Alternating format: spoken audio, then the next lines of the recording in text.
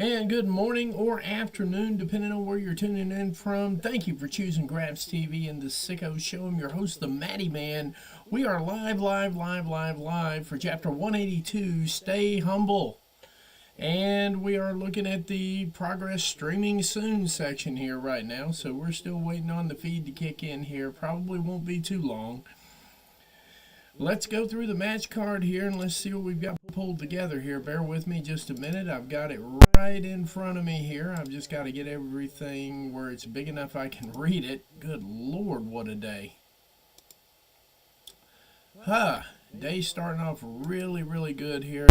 Doesn't look like any thunderstorms. No interruptions today from the local ISP here. They shut me down last night and I wanted to do a show. I had a show in mind that I really wanted to do, but you know, the ISP said, nah, I don't think so. We're going to work on stuff today. So I said, okay, that's cool. But I've got everything in front of me right now. We have a triple threat between Kanji, Roof. I'm not even going to try that. Rain and Riho.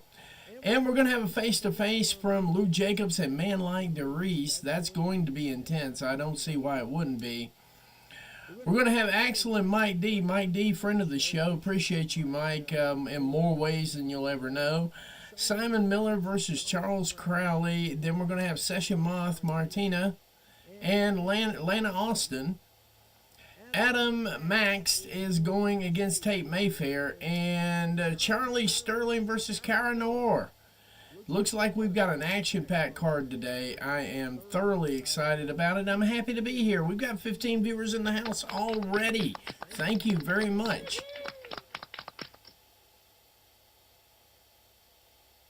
Good. I'm glad it cleared up a little bit here. I'm working on the audio. Whoa. Good morning, Grabs. Yeah. What did I think of Collision yesterday? Let me turn this down just a little bit of a more notch here. Maybe that'll help us out here a little bit. What did I think about Collision yesterday? We got 25 viewers in the house. Thank you very much. I liked the Dustin match. I liked the main event. I did like... I liked the $400,000 thing. That was really cool too. I thought it was put together a little differently, and I think I'm not 100% sure if Tony is trying to establish brand awareness. And I'm not sure if that's where he's going with it. I hope that's where we're going with it. I'm not 100% sure yet. I put a little review up on the website. Other than that, I mean, I would love to say that they crushed it. I don't think last night crushed it on the same level as the ones before it, but you never know. We got 32 in the house already. Thank you. This is going to be a really good day. We're going to enjoy it. I just need my voice to hang on for at least 3 or 4 hours, and then we'll be good. That is generally how it goes. Oh, yeah, no, I slept pretty decently last night, no joke. Everything's starting to come together with everything else. We've got, if you look up above me here, we got those 4 shows. They're getting ready to go live here in the fall. Planning all that out and everything else. And plus, actually, Progress gets its own piece now because they've been very good to me. I'm not going to lie, they've been very good to me as a group. And I appreciate that. They have worked very well. And so, you know, hey.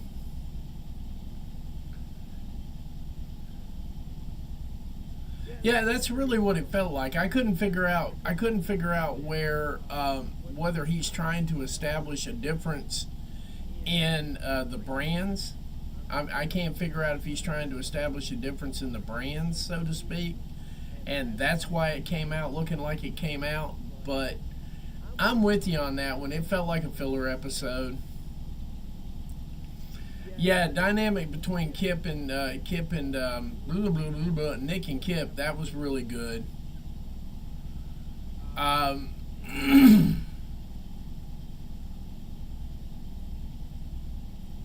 Yeah, I liked the last Collision. This one right here just didn't sit too great. I don't know, and I'm not 100% sure that Dynamite's going to hit hard either, just based on what they've got out there so far. The main event, though, was absolutely banging. Windsor is a good sign, and I'm happy to see her on the roster now. And I'm hoping they had a really good opportunity last night to pull off something that was amazing. That was where I got lost in it. I thought to myself,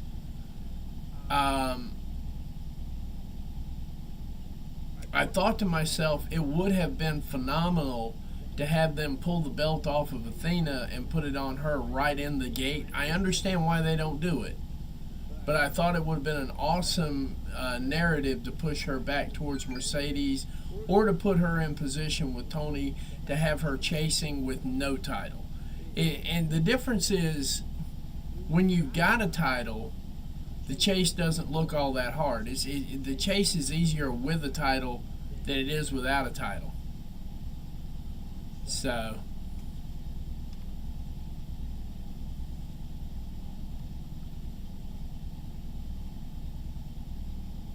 they don't have 7 weeks straight in Chicago. They got 3 weeks.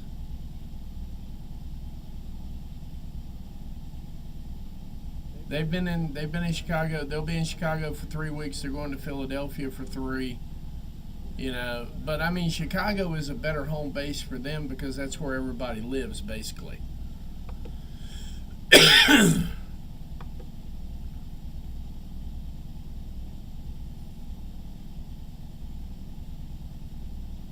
You're right. You're right. Now I see what you're saying. Now you got me there. Now I understand what you're saying. Now they've got 3 weeks reserved. It's 3 weeks.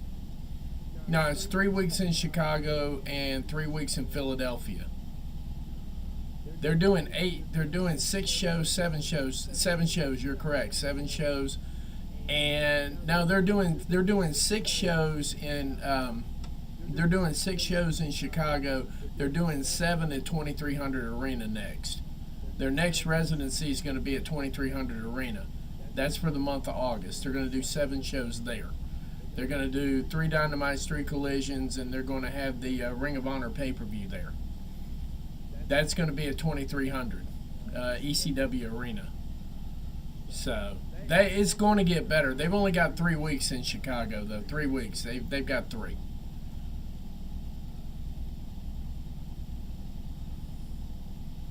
Well, I mean, the audience was really good for it last night. I thought the audience did really well until they got to the Hulk Hogan part. But then again, see, that was taped on Thursday. So, see, next week going in, we've got Dynamite on Wednesday and we've got Collision on Thursday. Why? I don't know. I haven't really looked at the schedule. But it appears that, that's where we're going with that. What in the world is taking so long?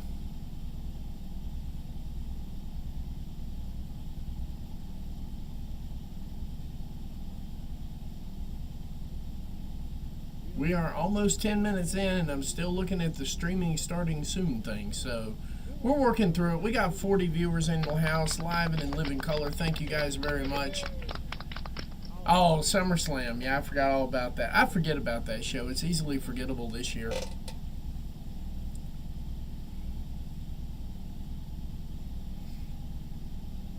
Nah, I don't think Death Riders win. I think Moxley's doing this one. Moxley's doing this one as a follow-up, and then he's going to disappear for about 2 or 3 months. He earned it.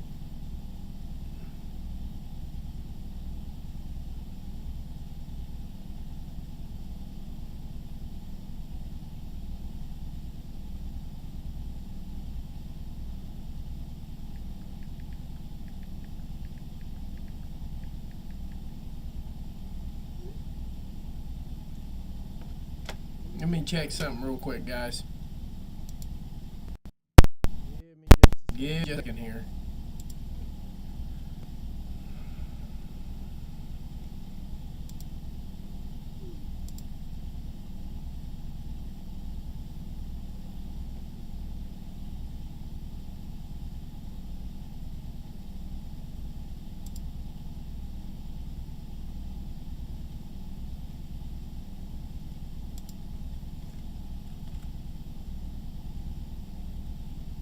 I gotta look something up real quick, guys. Bear with me just a second here.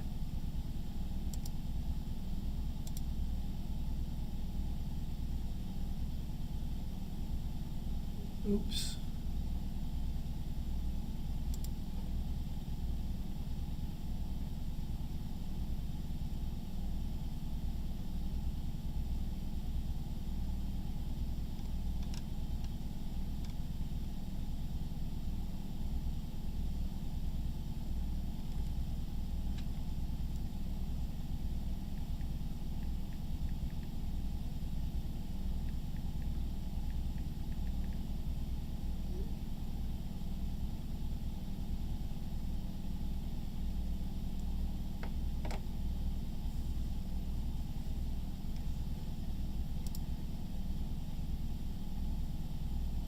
What's up, Catherine? How you doing? You know what? I don't know if he doesn't like him or whatever. You know, it's just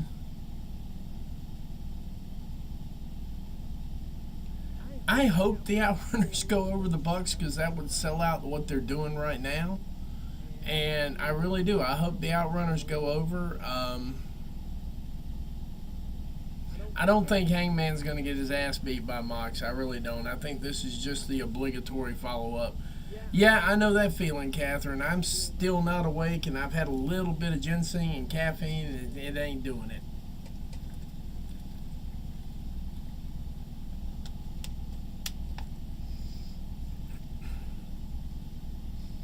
I hope the Outrunners win. I really do. Let me see here. I've got business here.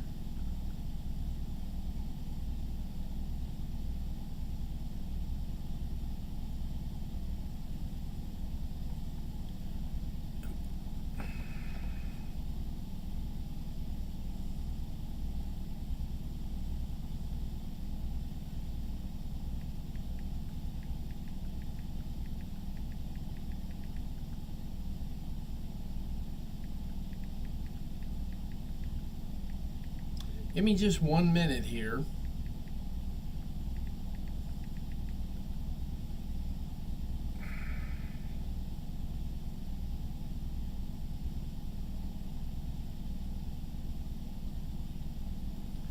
Sorry about this, guys.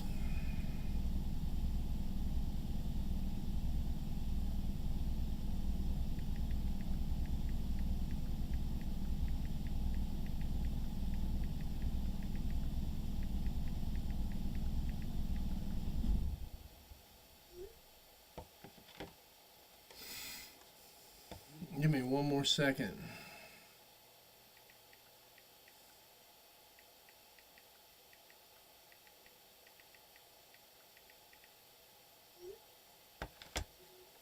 There we go.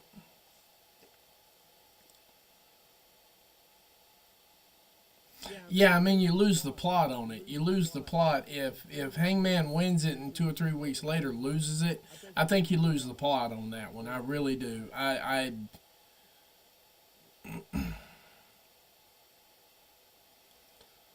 Yeah, I got to that point the other day, Catherine. I didn't wake up yesterday morning till like 11 o'clock. My body was just like, eh.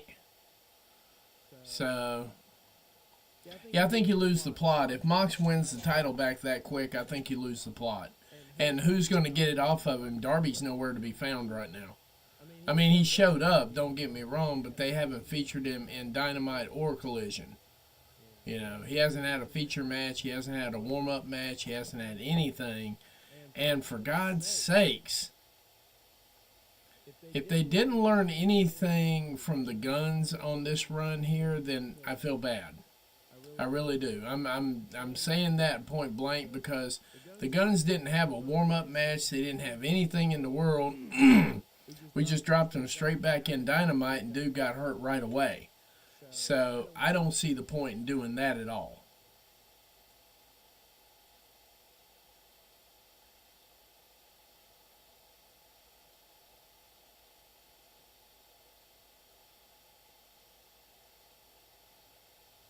Wow.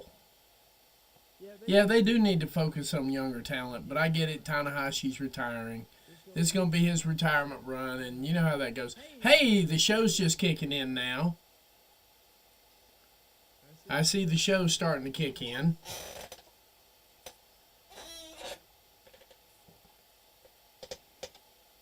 All right, progress kicking in. Whoa, that's loud.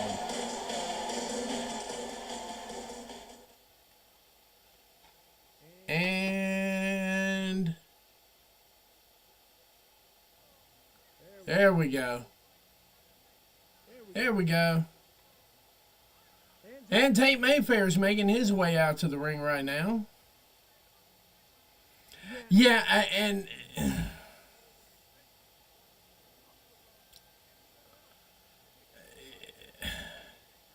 that match last night was, I tell you what, 6 months ago, and I think I've said this over and over and over again, that I thought Max Caster would fade off into the oblivion and Anthony Bowens would be the man going forward. Boy, was I wrong.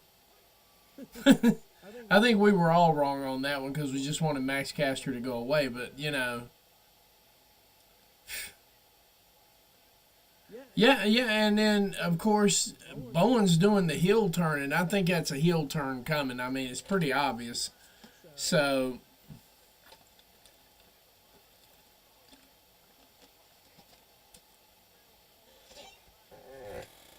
that is the hope. Let's see what we got here, though. We got Tate Mayfair kicking in here real quick here. Give me just a second.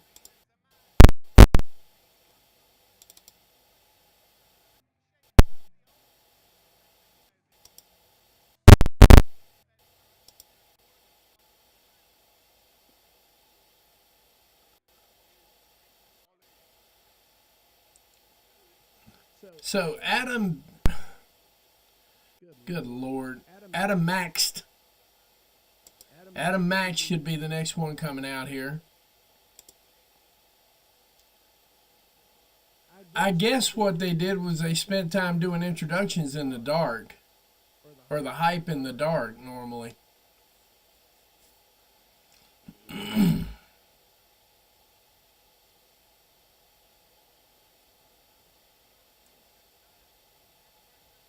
By we, I mean everybody who did podcasting was really, I think we were just secretly hoping Max Caster would go away because the last thing he did was so stale it wasn't even funny.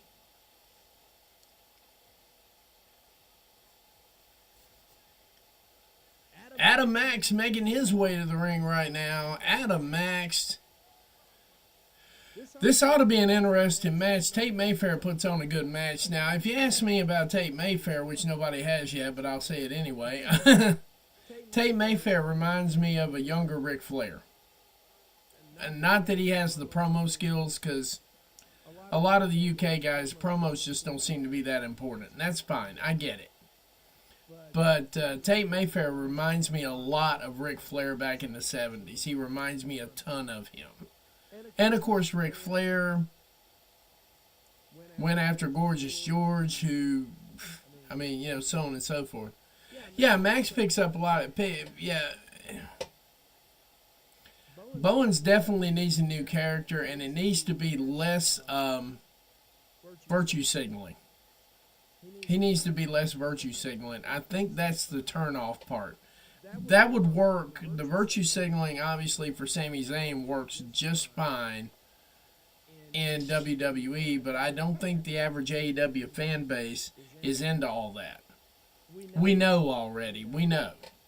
You don't need to tell us every week that you're the pride, ha ha ha, of pro wrestling.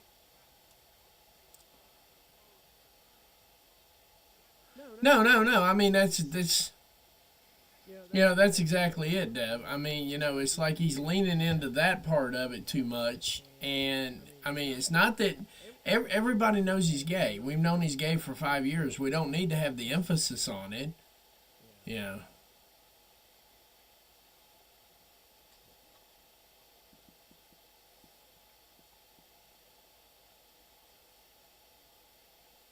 That I question, Reese, because I was alive when all that was happening. And nah, Ric Flair and Kerry Von Erich not only drew, what they're not telling you is they not only drew 33,000 in Texas, they drew close to 1 million on ESPN.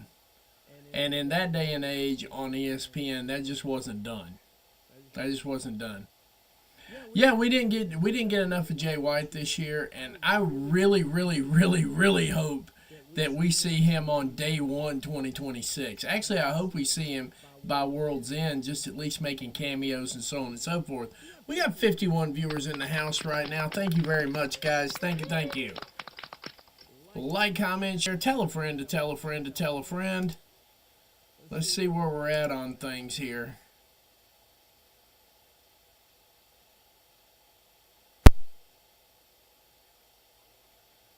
Thank you, Lee. Thank you, Lee. I really appreciate that. I really do. Thanks a lot, Lee. I really appreciate you, buddy. I will get back to all those shares here in just a few minutes.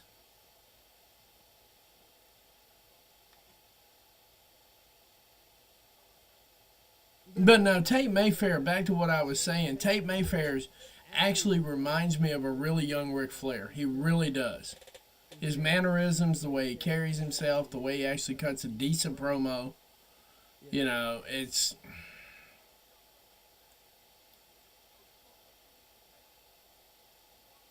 Whoa! Super kick. Oh, another one. Damn.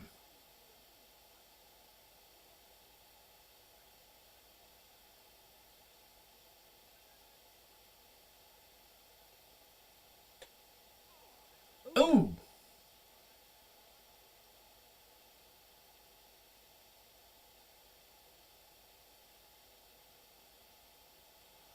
Trying to figure out which one he's going to throw him over the top on. Mayfair hit hard on the floor, by the way. If you're actually watching the show, Mayfair just hit hard on the floor.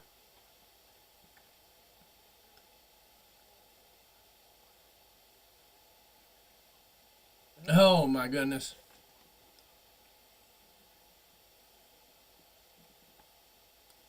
See, I never understood the band part of it, and I haven't bothered to get in there to research that for Jay. I do hope they lift that because it's. I'll put it to you this way: it's criminal not to have Jay White on your show right now. I'm just going to be honest with you: it's totally criminal not to have Jay White on your show. If they had an opportunity to have Jay White in this version of Jay White right now, it is criminal. In fact, I would. It would make my day if Progress could figure out how to get him in a contest. That would be game changing for them. But Riho with the triple threat today is probably going to be my match of the day. I don't know about this face-off thing between Luke Jacobs and Man Like Reese.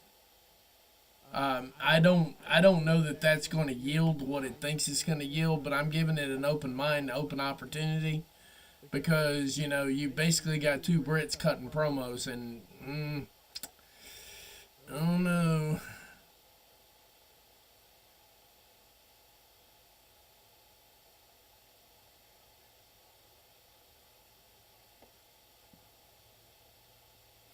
So basically, that's a kayfabe thing. So basically, that's a kayfabe thing, and they're just holding on to kayfabe. Not enough for 3, though, man. Adam Maxted is, oh my goodness. Yeah, when it comes to a promo, now don't get me wrong, Jacobs puts on. I don't know how those things.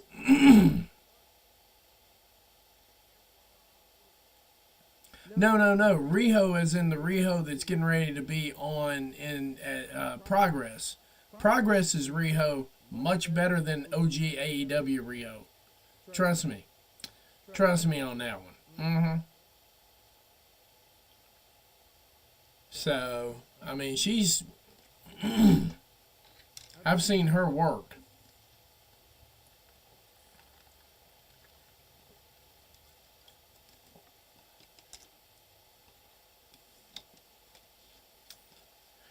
Oh boy, what a day, what a day. That did not go over very well for Tate at all, no. Ouch.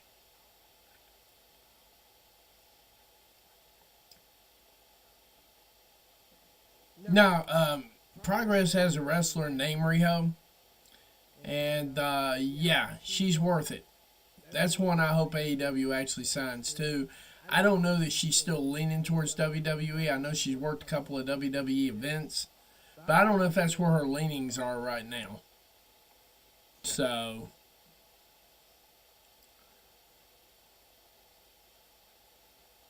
hey, just out of curiosity, Reese, looking at the card they got for Stay Humble, do you think this is going to go 3.5 hours? I just don't feel like they're going to get 3.5 hours out of 6 matches in a standoff. I know they're going to have some extra stuff in there, but I don't think they're going to get... Let me check my camera real quick here. Give me just a second, guys.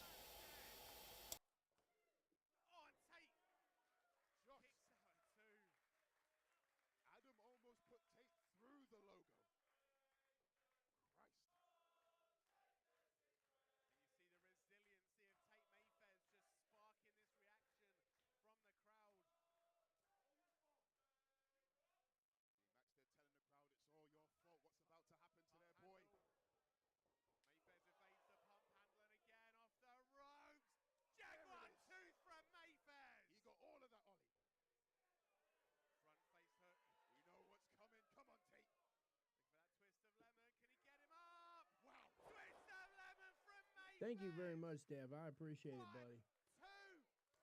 And Tate Mayfair picks up the win.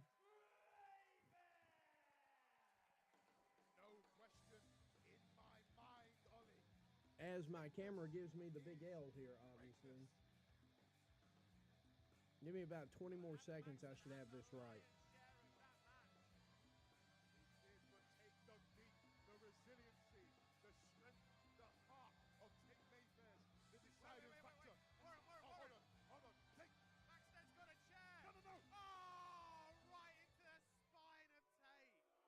And Tate Mayfair is taking a chair shot. There we go.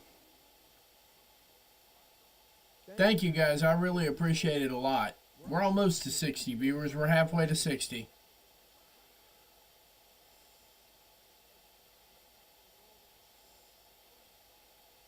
It goes all the way to your toes.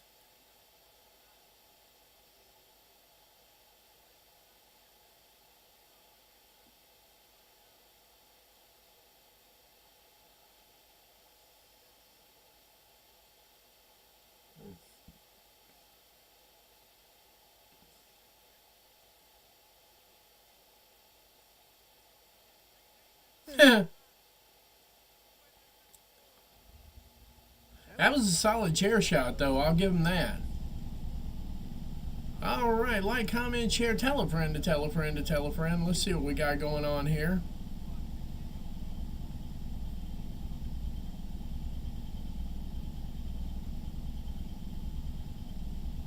Why do I have a feeling we're going to see them still fighting out in the crowd here in just a minute? I don't know. Call me crazy.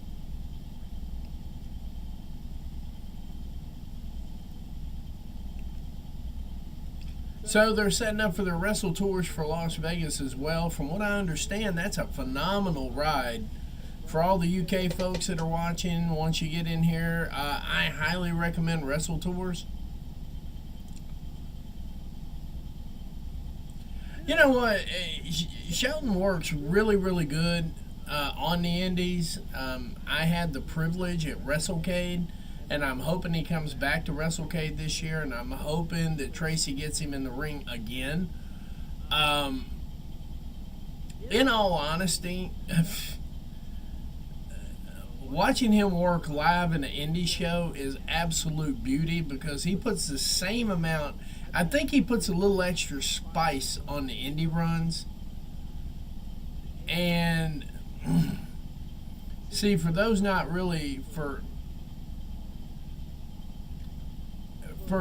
everybody that did not get to go, if you are within shouting distance of WrestleCade, I highly recommend that you go because that was an eye-opening experience, to be honest with you. Just the matches they had in there and so on and so forth. I am not even going to lie, not even joking a little bit on this. Their independent runs over the 3 days that I was there were absolutely phenomenal. And this is the best part of it right here. We got to see Speedball Mike Bailey and Shelton Benjamin work in a 400-seat group here. And that was a sight to behold.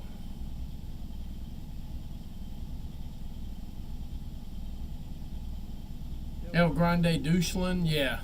Deutschland. Actually, I'm going to say that the way I meant to say it, Deutschland.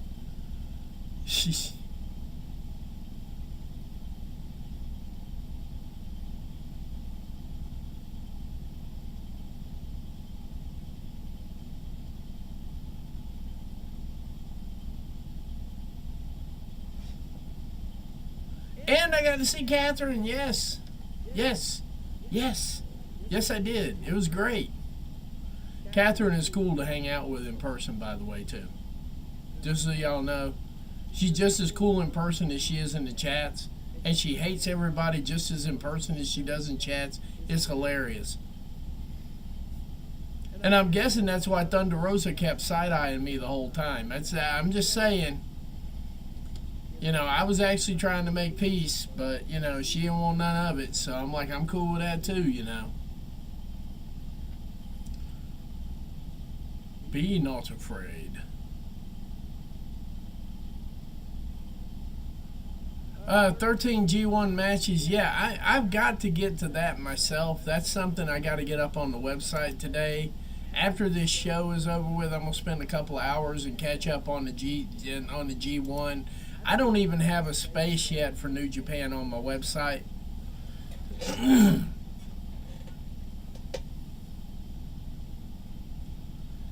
You know what? I'm not heartbroken over it either at this point, because she's been, you know, anybody that works for the enemy like that and then expects respect out of me, they don't get it.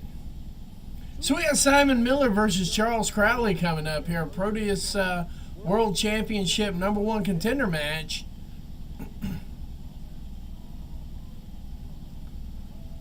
That still leaves, we got 2 matches out of the way here. That leaves 1, 2, 3, 4, 5. Yeah. Now we got 1, 2, 3, 4, 5, 6. Yeah. Wait a minute. We've got 4 matches left in a face-off. So that's where we're at with that. We got. Yeah.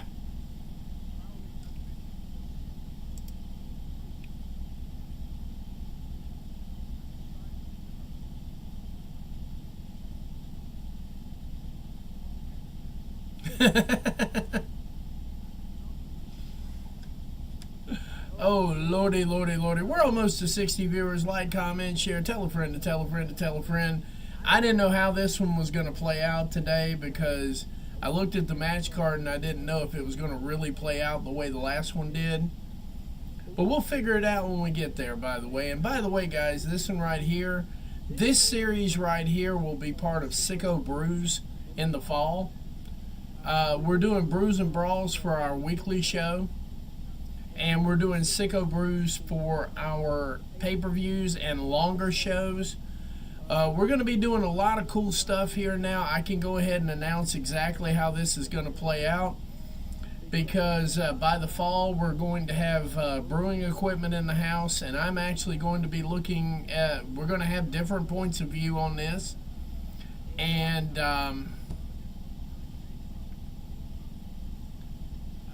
just to give you an indicator like that, we're actually going to be producing beer during the show. We're going to be doing home brewing while we're reviewing wrestling. It's going to be a fun trip. It's going to be a lot of work, but you know what? I got a feeling that when Spidell comes through here later on this week, because I've already given proof of concept. We're that far into it. And they seem to be, they challenged a couple of things, but we, you know. Yes. Yes, we saw that. But that's where everything's going. And so Progress Wrestling will be part of our Sicko Brews line, because it's going to be a longer show.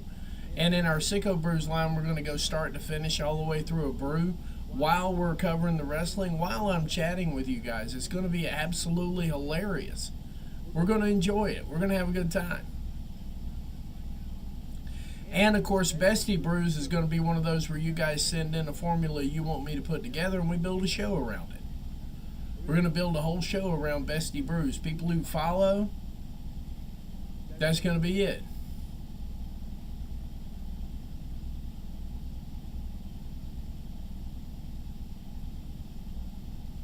No, Brick is fine. Brick sits just fine with me, Reese.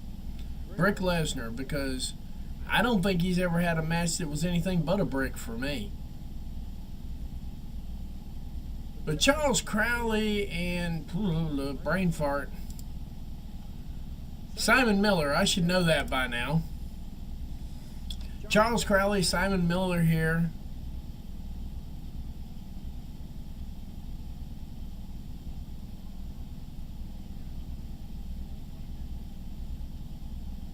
So Simon Miller is now, Charles Crowley is now pretending to be CM Punk.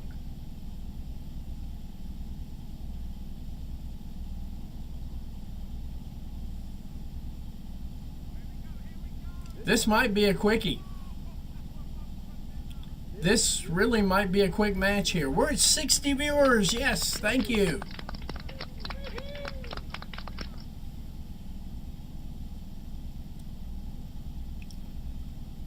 This might actually be a squash match.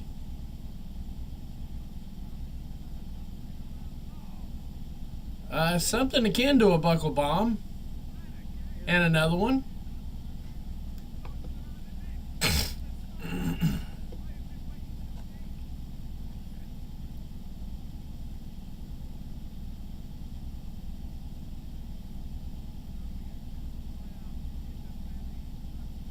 Well, Crowley's getting his comeuppance here real quick, but it still feels like it's going to be a squasher. But no, I can tell you right now, I figure while we're sitting here on these long shows here, because we got a lot of time to fill in and so on and so forth. Brews and Brawls, Sicko Brews, Bestie Brews coming.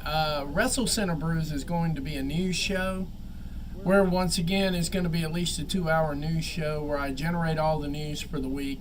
And we go through it while I'm brewing beer. Basically, everything's going to be built around brewing beer. So if you want to come around and see how some good beer is brewed, yeah, we're going to do that. We're going to do that, and we're going to complete all the way through. That's our fall lineup, and the Sicko Show is getting ready to be retired as of the fall. So I appreciate everybody that's been with me for the year and 2 months. I think we've gone 1 year and 2 months with this show now. And I'm quite excited. It did me well. Everything's good. We've got a pretty good following. Now we're ready to move into the next phase. And we're still going to have the same fun. We're still going to do the same chats. We're still going to do everything like it is. We're just going to add an element to it. And we're going to have some educational fun here. So if you want to learn how to brew some amazing beer, to be honest with you, a couple of my recipes are currently in production professionally, and I got no credit for it.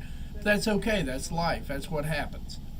But yeah, a couple of my recipes literally are professionally brewed right now, and they're making millions. So if you want to learn how to brew some amazing beer and learn some techniques and so on and so forth, I'm going to be brewing on every show. And yeah, my light bill is going to go up exponentially. So hey, it is what it is. But we're going to have a new set, new everything. Everything's going to be brand new. You're going to love it. I've already got most of it designed out. We're going to start building here probably September. I'm hoping to be live with it now. I was originally hoping to be live with it by October. And that may still happen. But reasonably, I think we're going to be going into the Christmas season and the Christmas holidays. And just to make matters more fun, we're going to be doing a contest. We're going to be doing a contest across the board where you can win a 5-gallon brew setup from the show. And of course, we're going to be doing some giveaways on the old original signing and so on and so forth. We're going to be doing all kinds of cool stuff coming up in September, October, November, and December.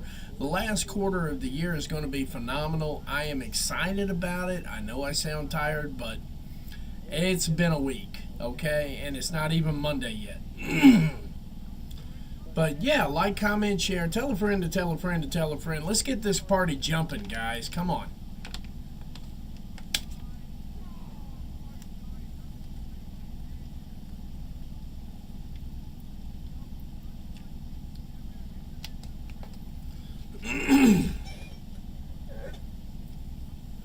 Because it had Kurt Angle in it.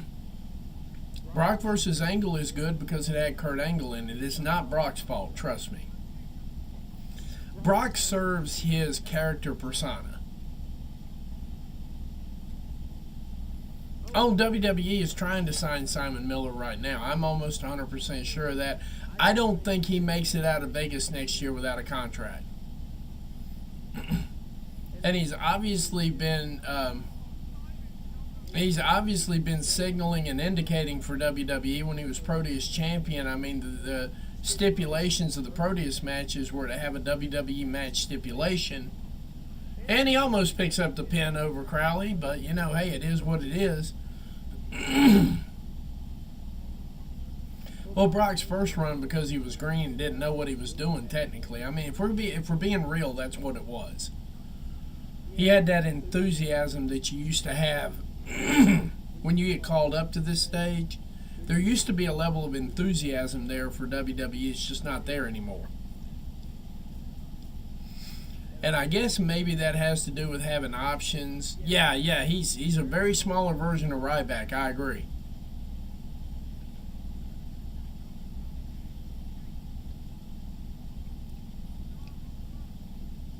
Oh no, he's been openly signaling that. I mean, TK wants him. I mean, TK wants a lot of people in Progress right now. Whoa, Impaler DDT out of Simon Crowley. That was actually a pretty good one. That was out of Charles Crowley. That was actually a nice one. And shout out to Simon Miller for making this a passable match too.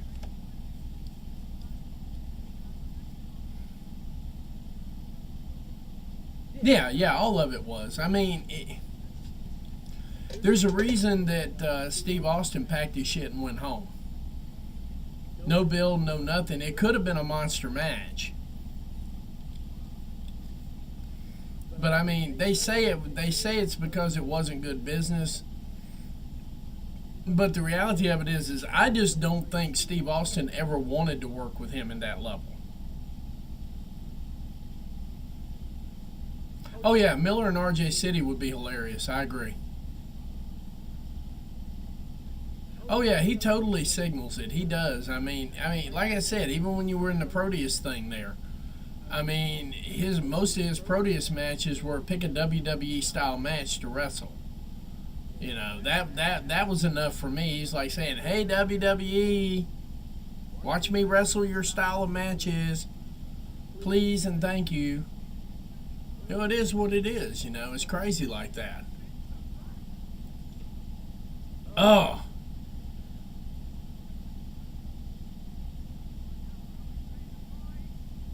Not enough for 3, though, on that wild spear.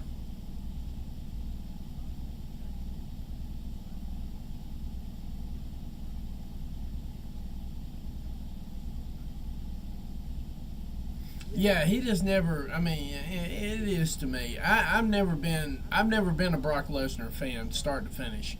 I never thought he was the next big thing. I thought he was a big thing, but not the next big thing.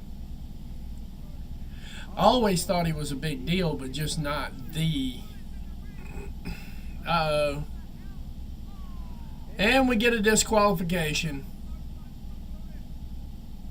Yes, we need elite bald supremacy. We do.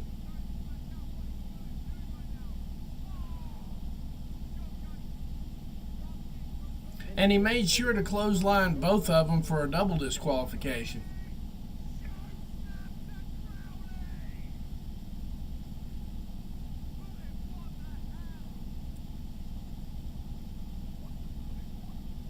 What does a bullet want?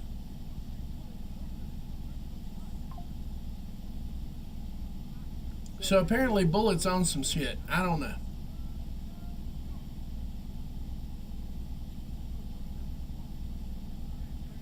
So does that mean we get a triple threat for the Proteus World Championship?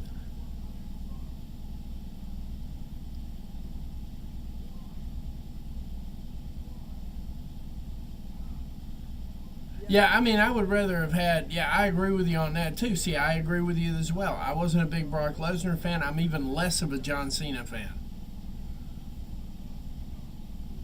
Because, even my dad, who was hopelessly loving wrestling, every time John Cena, first couple of years were okay, but every time John Cena would hit the ring in the middle of something, he go, oh shit, here we go, it's over.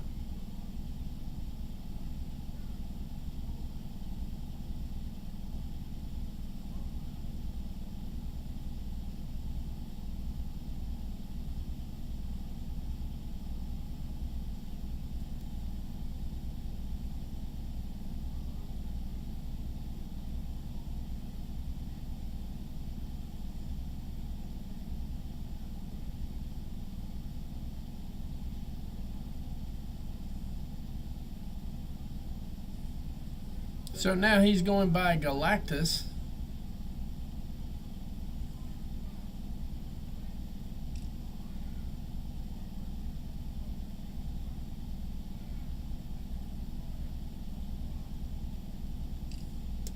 Galactus is now the destroyer of worlds. No, if they get Simon, he's definitely straight NXT, and I don't think he ever gets out of NXT.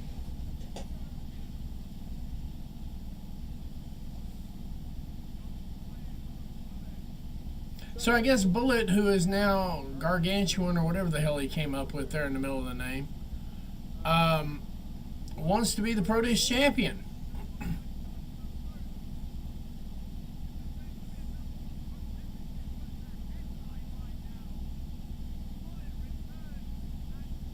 Bullet returns and shocks the entire world.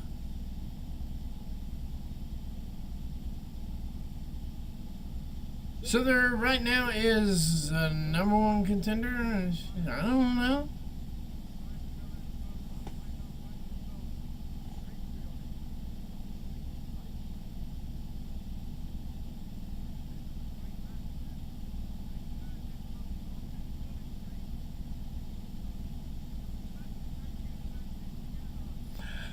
But I think that still does set up for a triple threat for the Proteus Championship, Chapter 183. But that's just me. I don't know.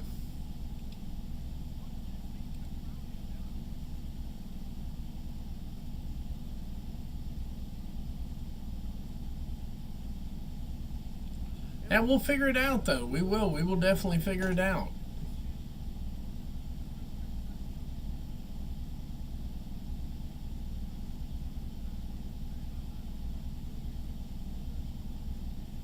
All right, they might have a little commercial moment there. If they do, I'm going to take it with them there. Give me just a second here. Let's see what we got.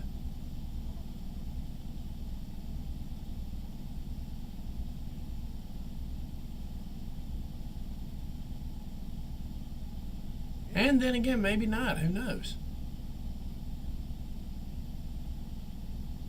And the lights go out. Yeah, they are. I'll be back in 30 seconds, guys. Give me a minute.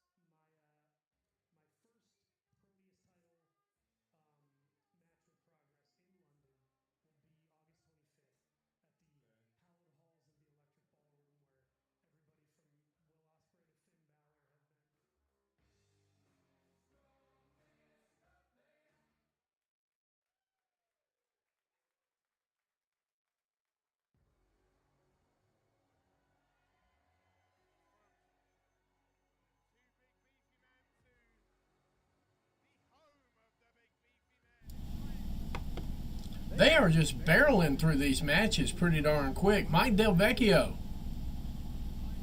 Mike D, friend of the show here. Love it, love it, love it.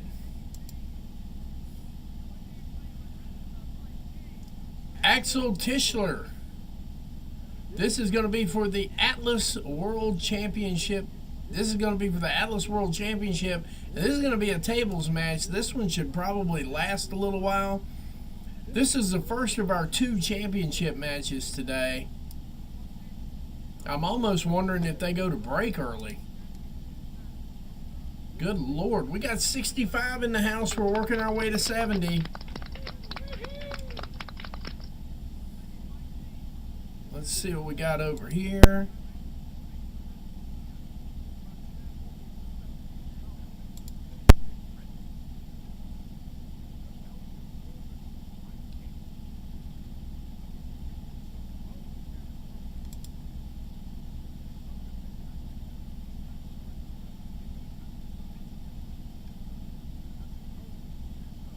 Oh, wow.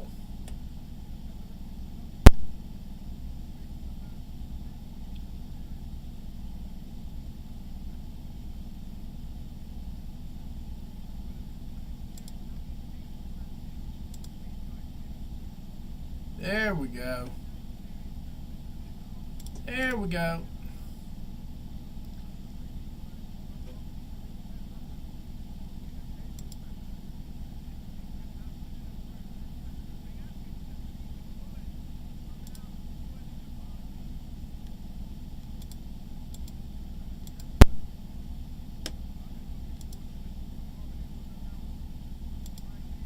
Trying to get enough of these folks out here right now.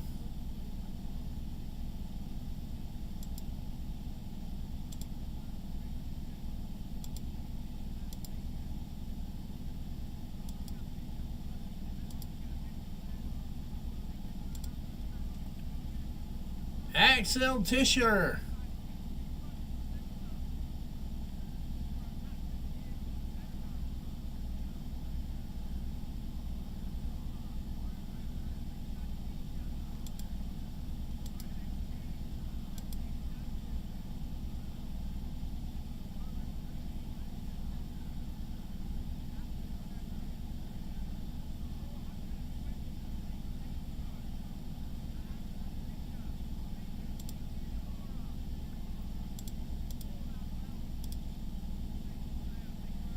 All right, like, comment, share, tell a friend to tell a friend to tell a friend. We are almost there. NXT, yeah, NXT for sure. I don't see him main rostering anywhere.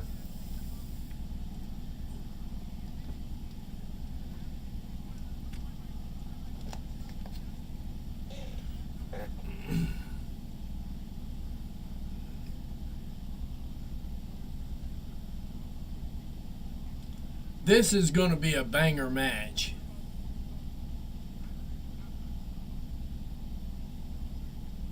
And with it being a tables match, of course, you know, you got to put your opponent through a table to win.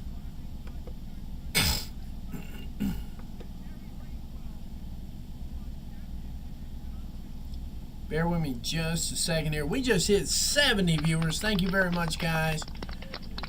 You are live with Grabs TV and the Sicko Show. We are doing progress. 182. Stay humble. And we're all trying to stay humble here today.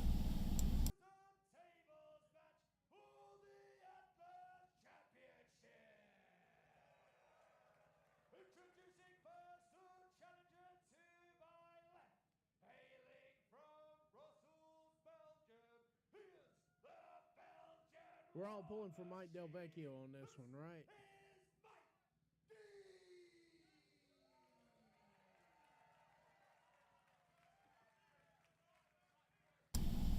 There we go. It's good that this might be a short stream today, not 4 hours. We are still working it out.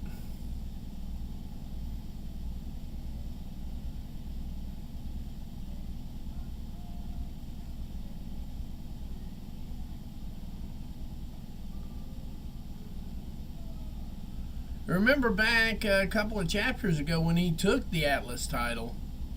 That was one of my introductions to Progress Wrestling. I was sold on it after that, obviously.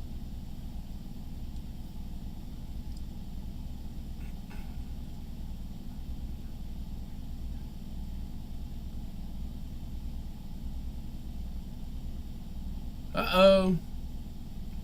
Got all caught up in his jacket. All right, this is for the Atlas Championship.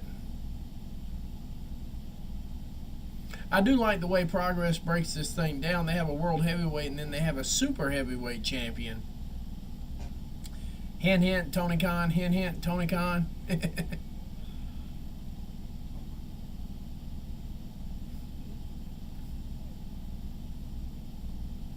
Mike D rushing in for that butt whooping right there.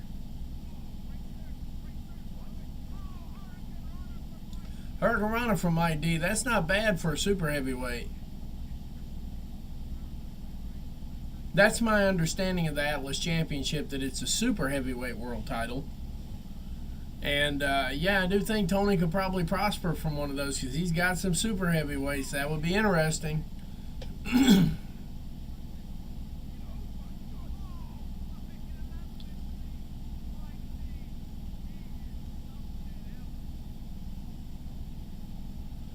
Yep.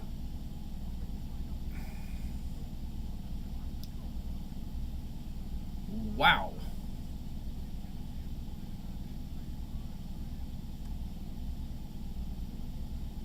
Well, in the U.S. stats, yeah, I mean, I don't disagree, but we got to figure a way to get these bigger guys out there and get them featured more often.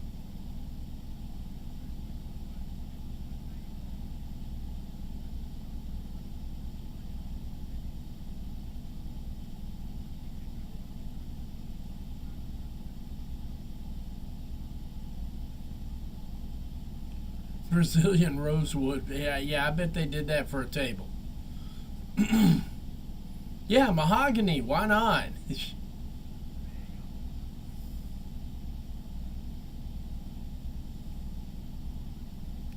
I'm really pulling for Mike D on this one. I want to see him win the title. I really do.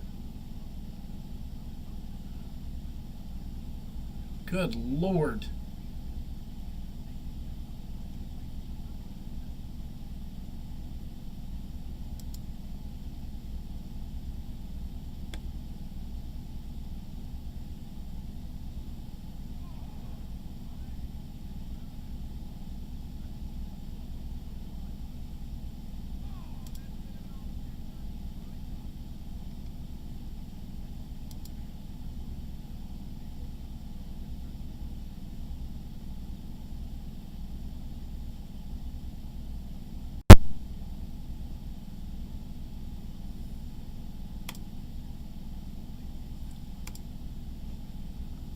Let's see what else we got going on here.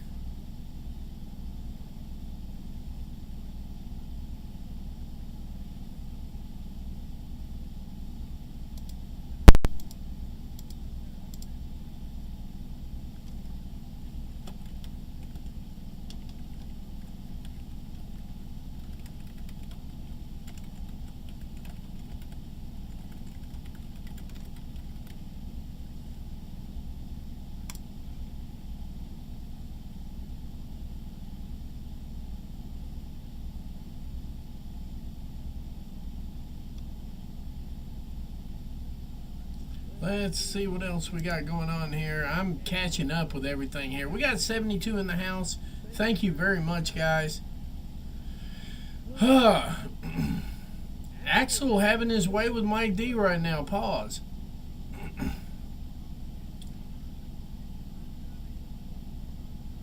Whoa. Wow.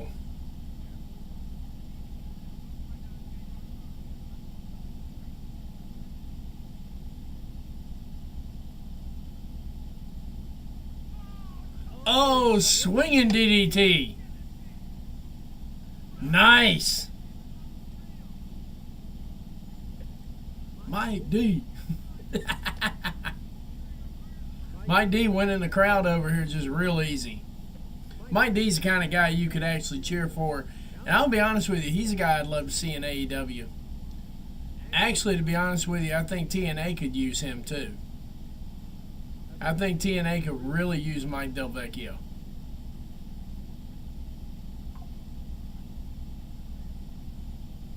Axel fighting every step of the way. Turned into it. Was getting ready. Whoa! Whoa!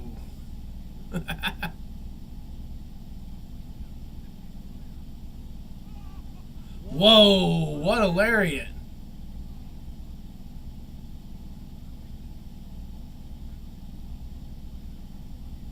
That was nasty.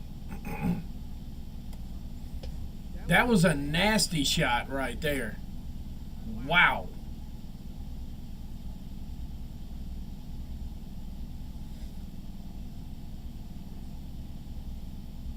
There we go.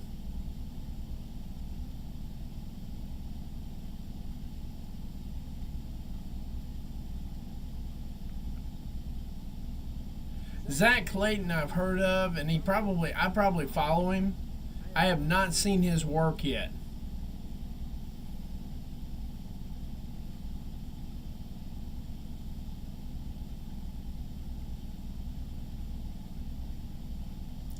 Oh, wow.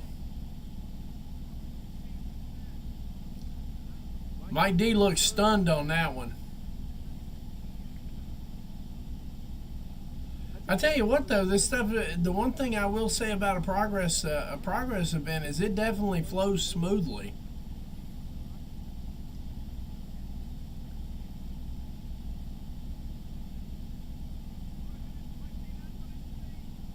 Uh-oh, go!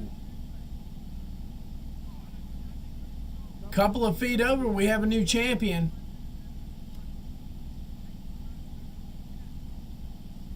Yeah, we don't get pin attempts in the tables match. That's a fact.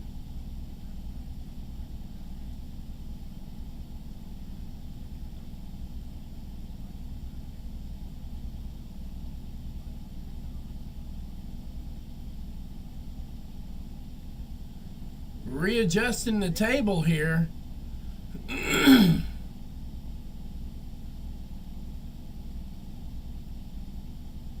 Yeah, that would probably help him out a lot. I agree.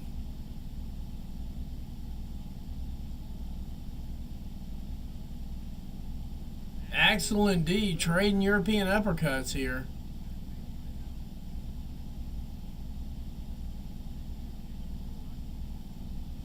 Jersey Shore.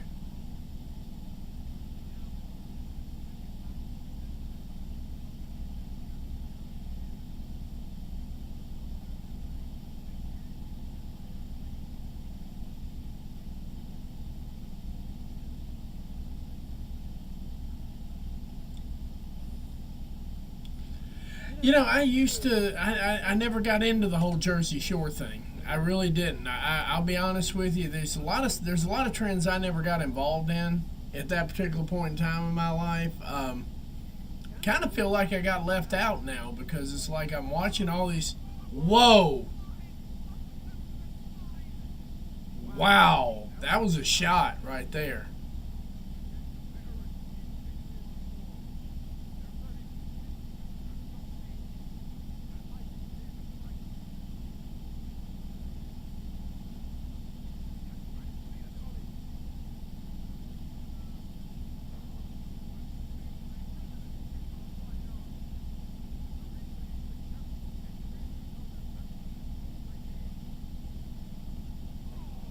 Nice flying lariat.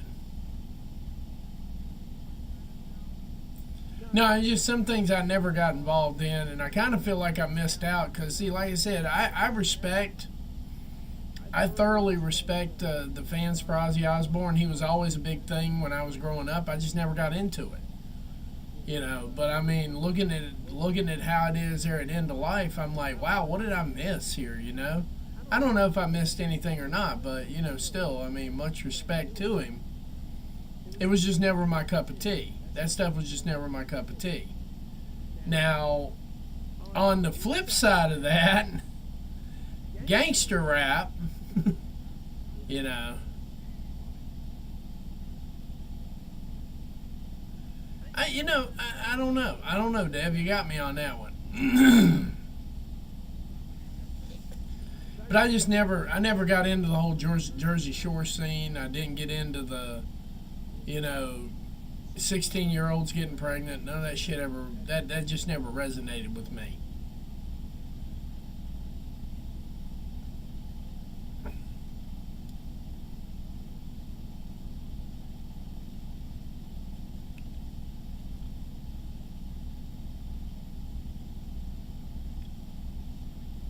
Oh yeah. Yeah, no, I mean, when I say gangster rap, I mean I started out with like NWA. I got fired from a radio station for playing it. Public Enemy, you know, stuff like that. I got fired for playing Naughty by. I got rehired, of course, because you know I knew music, still do. But I got fired like 3 times from the same radio station. You know, it was really crazy. But yeah, I mean, yeah, I was heavily into gangster rap. Ice T and I interact every once in a while. He was not gangster rap. He was positivity, what I consider positivity rap. Him, Cool Mo D, for the lower ends of it. LL Cool J. Um, in fact, when we won our second national title in high school, when I had T-shirts made up, I said, "When we retire, we'll be worshipped like old battleships." Boy, I missed that one too. So, I mean, you know, that was on our back-to-back week for private school back in the day. But yeah, when we won those, it was that was I had my T-shirts made up like that, and the kids at school thought it was really great, and it was a Christian school, which made it even funnier. But yeah, I used a tagline from an LL Cool J song.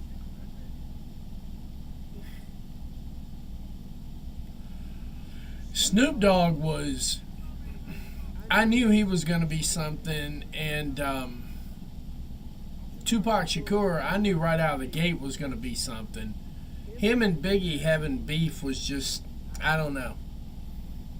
That's one of them black things I'm not meant to understand, I guess. Because, I mean, I used to sit there and look at them like, you guys are making bank like every day. You drop an album, it goes platinum before it even goes out. And you guys are fighting over stupid shit, man. Just keep making money. That's the way I looked at it.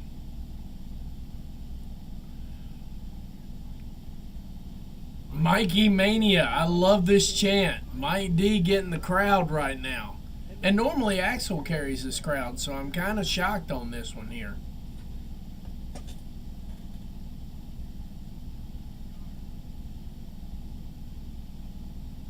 And a slap for good measure.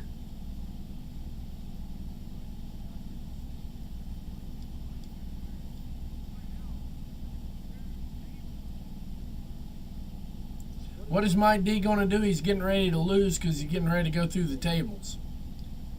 I got a bad feeling that's what's getting ready to happen because there ain't a whole lot of room to operate in those rings. Not that that's a criticism either, because I like the smaller rings. Don't get me wrong.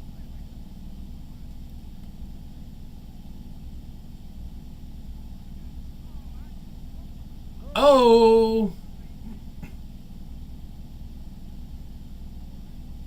Danhausen worked on the indies. In fact, I saw Danhausen work a couple of matches down at WrestleCade too. Dev, I'm telling you, man. I think you're in Maryland. WrestleCade's not a big leap for you. It's really not. To get down to Winston-Salem, I think it's like 6-7 hours.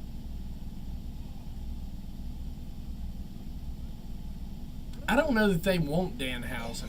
If they want Danhausen, that's weird.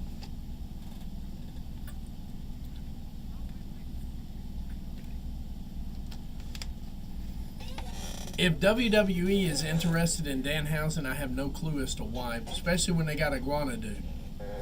They don't need Danhausen when they got Iguana. I don't think so. They've got Iguana, they don't need Danhausen. Here comes okay, here it comes. No, it's Winston-Salem. Winston-Salem. There it is, game over. There it is. Mike D! Mike D!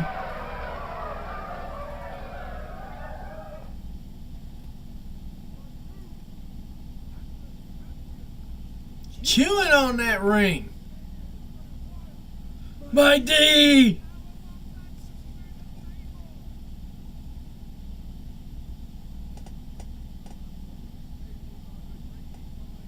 Mike D!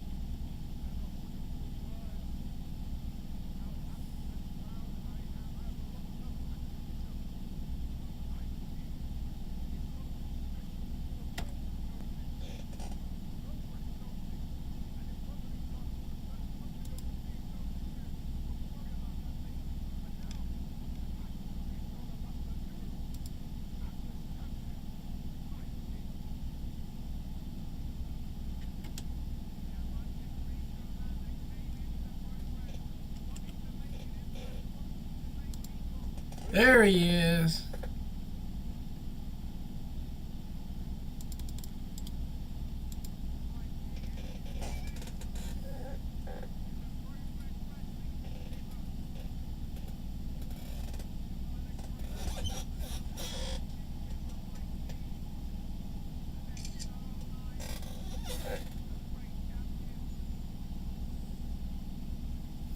Give me just a second, guys. I gotta do this.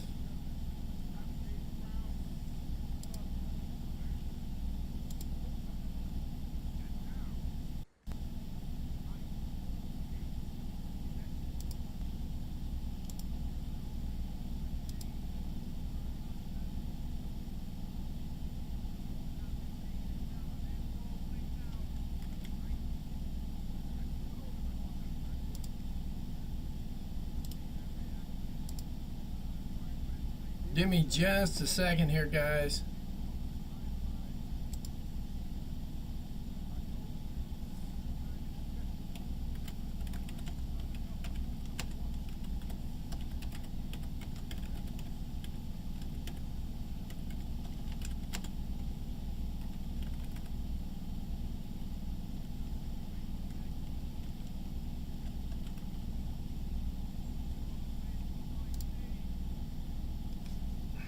Golly, come on, guys.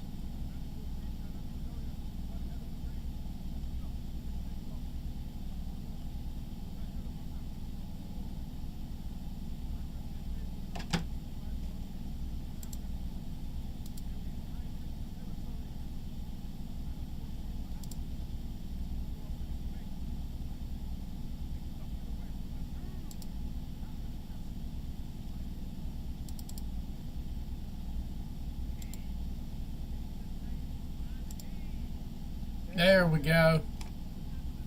We got 77 viewers live and in living color here, and we're already halfway through this thing, man.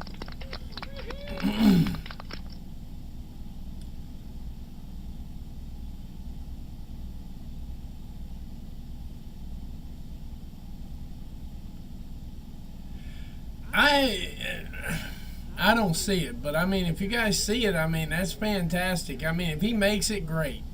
I'll be kind of upset because he was somewhat entertaining at WrestleCade, which you can kiss that goodbye. Which I'm sure he'll be happy not to run the roads so much, but I always thought it might be Private Party. I mean, Danhausen would work, don't get me wrong, but I thought it might be Private Party.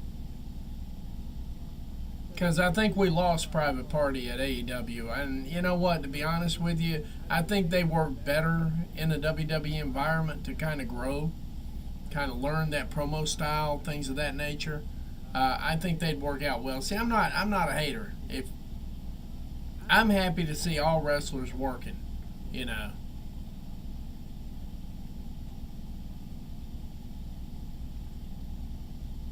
All right, and they went straight to the 20-minute interval thing here, so we'll be right back here in about, a minute or two.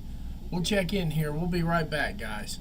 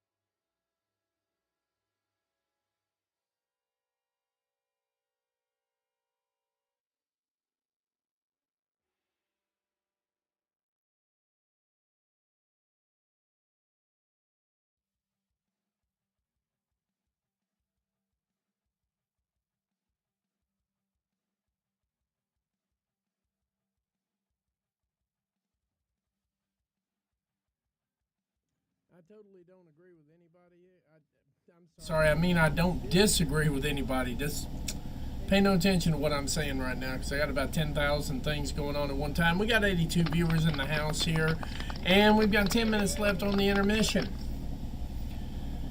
I don't disagree at all. It's not their fault. Give me just a second here, guys. I got one thing I got to go check real quick. I didn't think it was going to take 10 minutes, but yeah. So sorry about that. Yeah, I don't think it's Private Party's fault at all. I don't think they were ever utilized properly, and I think once they finally did get to the title thing, then Tony got the next best thing in there, and he just pushed him to the moon. I'm not disagreeing at all. I'm not disagreeing, not even a little bit.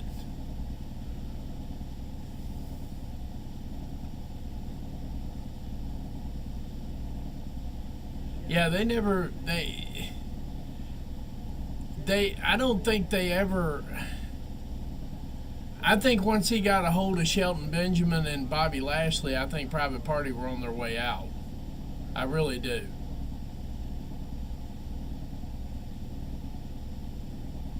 Yeah, I mean, I don't know that Tony necessarily got it wrong. I think it was part of the new part of it and the whole 9 yards. Give me about 2 seconds here, guys, and I'll be right back. I just got to check one thing.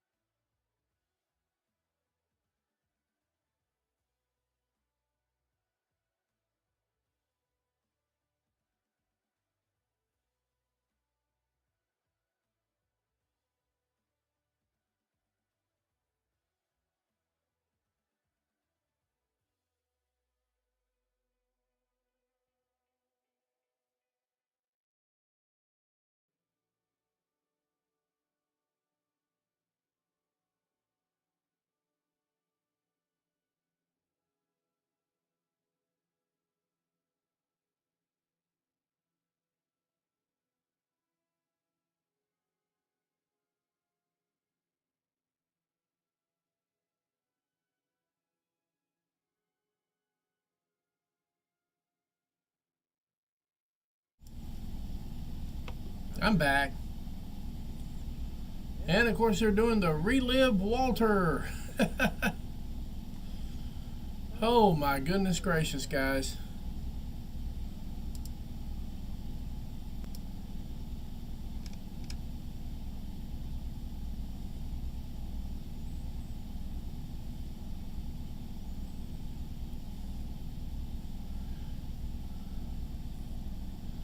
$100. They're already getting the match cards out for $100, and I couldn't be even happier if I tried Chapter 183 kicking off. They're already getting the stuff out for Chapter 183. Looks like we're going to have a tag match again. Sunshine Machine, Lycos Gym.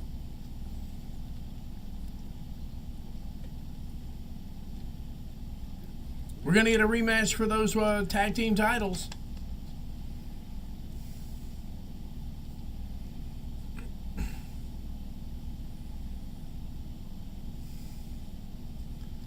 And of course they got the video to witness the beginning of Malachi Black. Tommy End, as they say. We know him as Malachi Black now. Is that what they're calling him in WWE? Or is it just Malachi? I don't know. But anyway, we got 5 minutes left there. Give me about 2 minutes to get some stuff done here, and I'll be right back.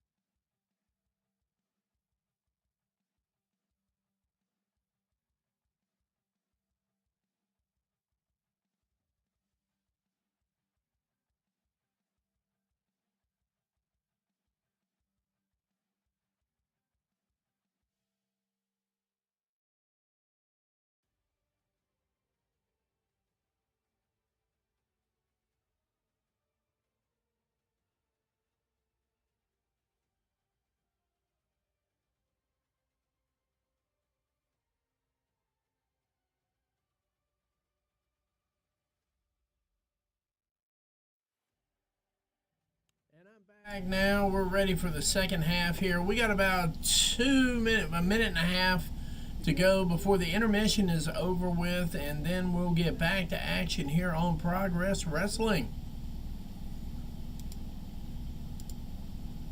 I think, if I'm not mistaken, we have the triple threat between Rain, Kanji, and Riho. We're going to have the face-to-face from Lou Jacobs and Man Like DeReiss. And we've got Session Marth Martina and Lena Austin And we still have Charlie Sterling versus Cara Noir. So those are the 3 matches plus the standoff or face-off, however we're doing it.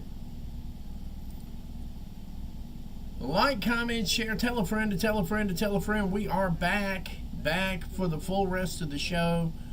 I've got a whole bunch of stuff going on here, and I'll talk to you here in this last minute that we've got. Well, really about 45 seconds.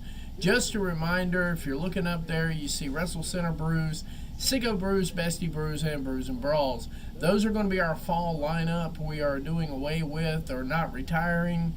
We'll use the Sicko show here and there in between, but most of our shows going forward in the fall are going to be homebrewing shows along with wrestling. We're going to have wrestling involved, and we're going to be doing homebrewing. So you know what? You want to show up and see an awesome beer get brewed and get all of your wrestling information that you need. Like, comment, share, tell a friend to tell a friend. That's what we're going to be doing, ladies and gentlemen. It has been an awesome day so far. We're almost to 100 viewers now. That is super awesome. Thank you guys for showing up. I knew Sunday was going to be a tight day because we all have, and I did catch church while we were doing all this. But you know how that goes. Let's see what we've got here. Oh, there we go.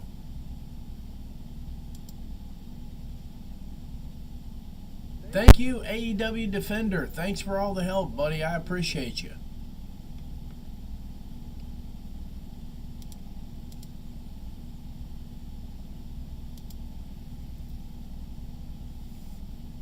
And I see the message. I really do.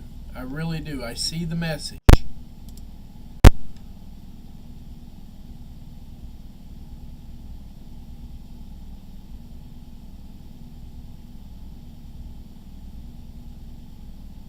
The Danhausen curse. Okay.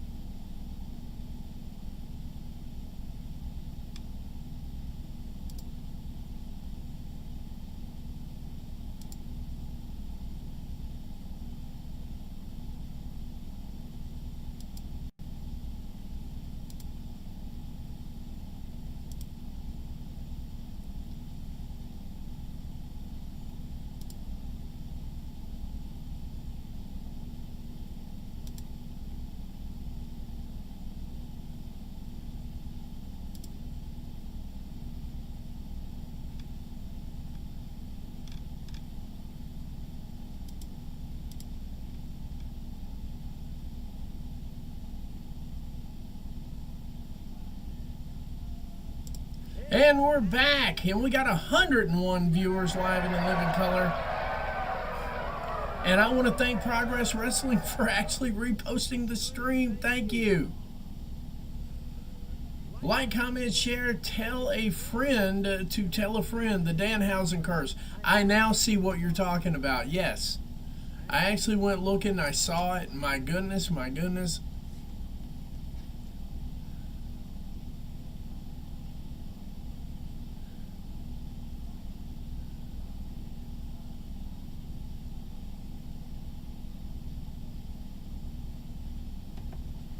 Alright, we're getting the recap right now. I love this guy. I wish I could remember his name, but I never do.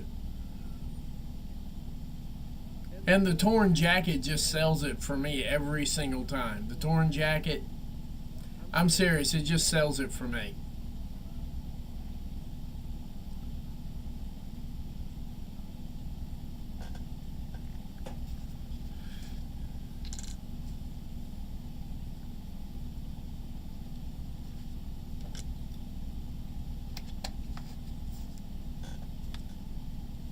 There we go. Like, comment, share, tell a friend to tell a friend to tell a friend. We got 128 viewers live and in living color. Thank you very much. We're all sitting here watching progress. We're getting caught up to speed with what happened before the intermission as we speak. But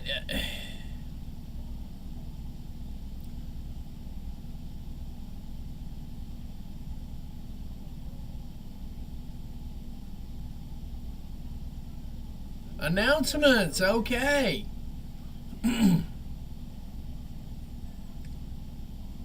We're going crazy now. 144, like, comment, share, tell a friend to tell a friend. We're having a good old time here right now. And if you're not catching it just yet, you need to be on Triller. Triller TV has this live and in living color right now. And also, if you have Progress's app, you could be watching this live right now. You don't have to wait for the broadcast. You don't have to wait for the clips.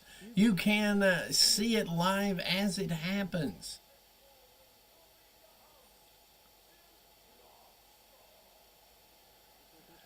Bloodsport is coming to the Electric Ballroom. Okay.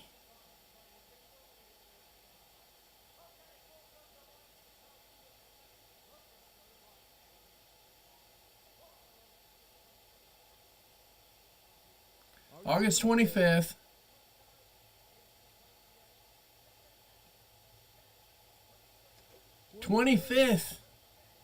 Yes.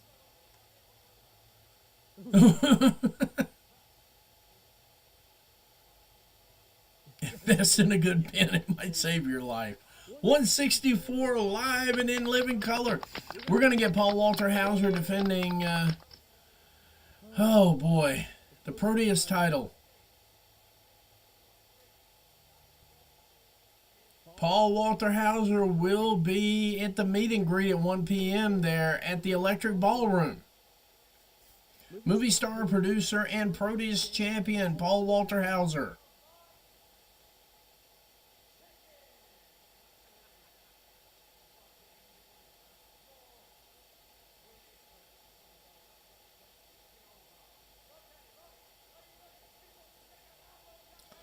Who's ready for the second half? We almost got 200 viewers. Wow, that's a nice pop. Thank you.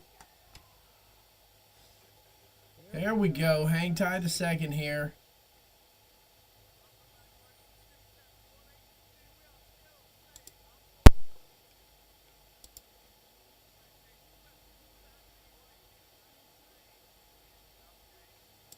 Thank you, Dom. Thank you, Seven.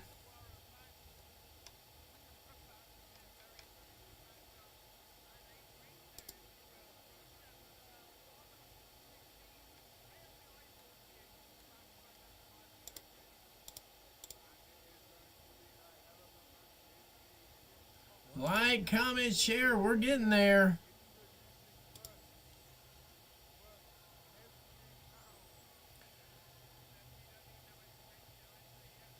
Charlie Sterling making his way to the ring right now.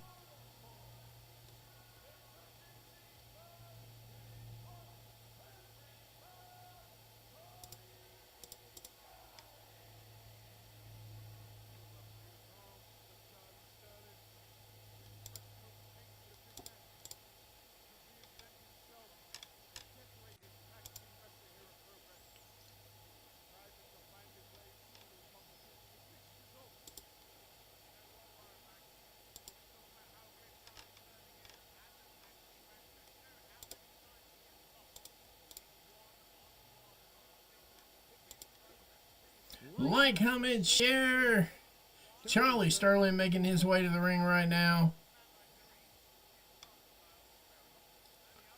This is phenomenal. Chapter 184, Camden Lockdown, Barnett's Bloodsport. This is going to be crazy. We may wind up doing a twofer on that one.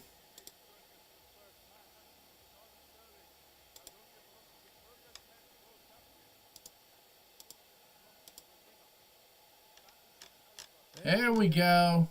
There we go. We just hit 200 viewers. Thank you very much, guys. And now, ladies and gentlemen, the often imitated, never duplicated, highly underrated Cara Noir making his way to the ring right now. This is his comeback after losing 2 times in a row, failing to bring home the Progress World Championship.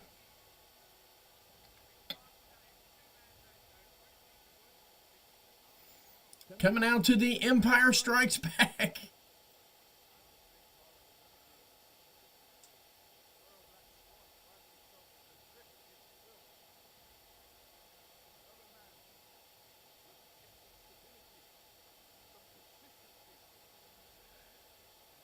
This is going to be an interesting watch to see him making his way back to the Progress World title. Cara Noir making his way to the ring right now.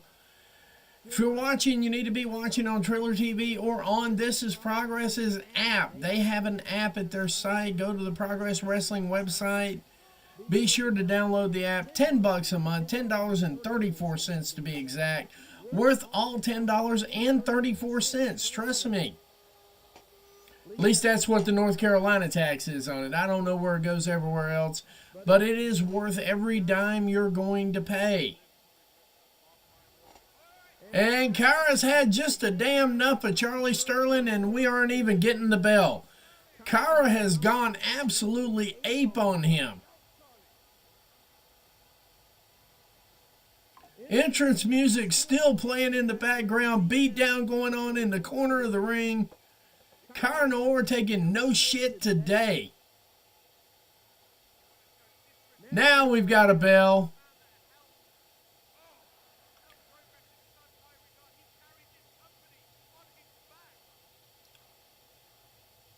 So Cara is definitely having none of this disrespect, and this ass whooping is going all over the place.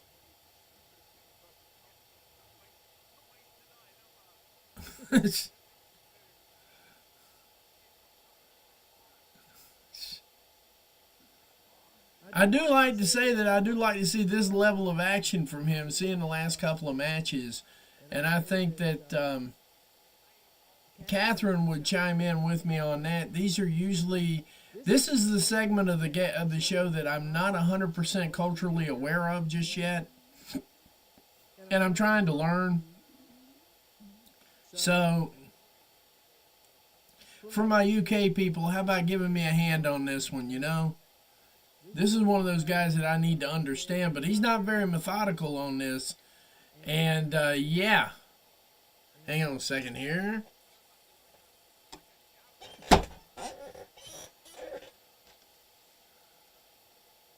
So, yeah, that's basically it. He likes to wrestle a slowdown version of it. Birdman, Bird Girl. I don't know that Noir will ever go to WWE. I don't know that, I don't know. I could be wrong about that, but I think he's missed his boat on that one. But that would be interesting. Birdman, Bird Girl.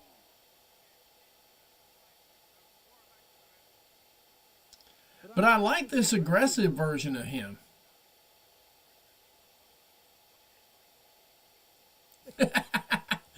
Don't hold back, Reese. Tell us how you really feel, buddy. Don't hold back. Tell us how you really feel on that one.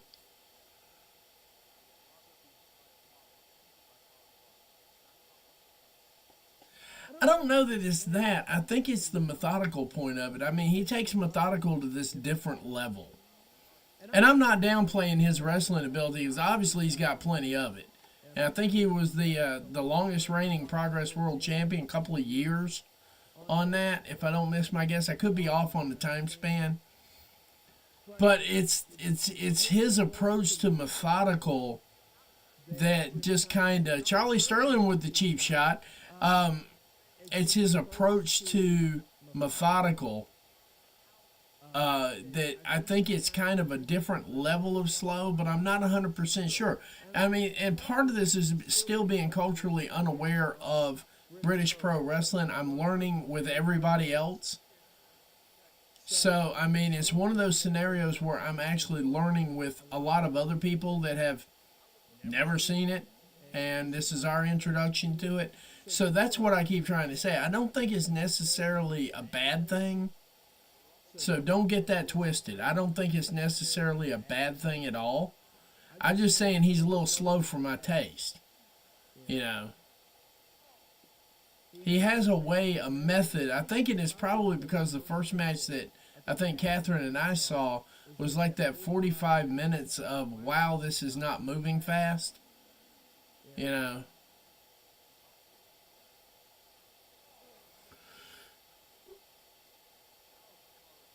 But I will definitely not, because I am relishing the notion that I'm not covering WWE live events right now. It's not that I dislike it, it's just I don't like to cover them. I like to watch them. I like to watch them. I don't like to sit around and talk about them because sometimes you really don't want to hear what comes out of my mouth.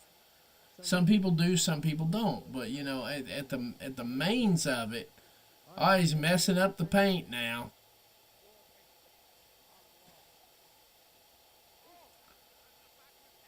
That headbutt was nasty. Getting hung up on the top rope.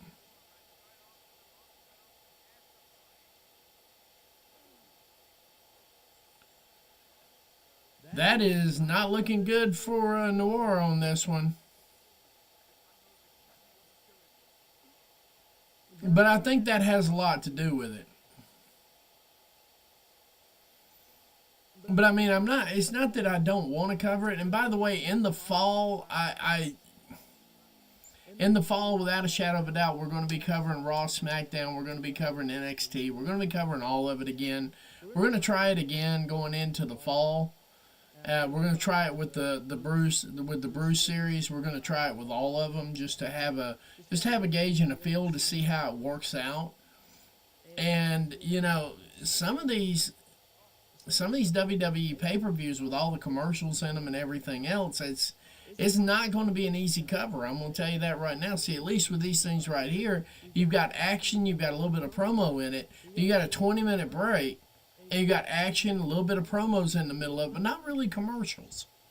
Hey, this is what we got going on next time. Join us next time, etc., etc., etc. Oh, and Charlie Sterling eating a little bit of Matt for his trouble.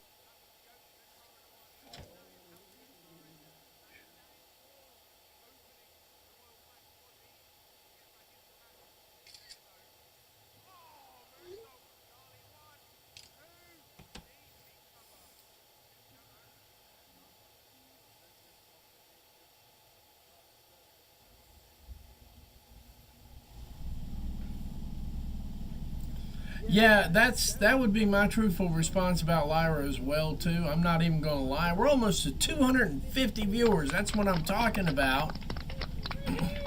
Boy, this thing's gone a little crazy here all of a sudden. Thank you.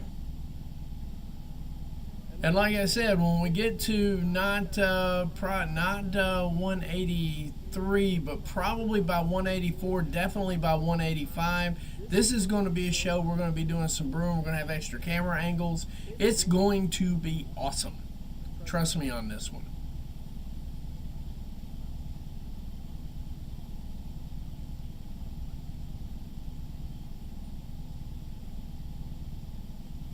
Yeah, Charlie is more the mental wrestler, and I do like 258. My God, thank you. We're almost at 260 viewers.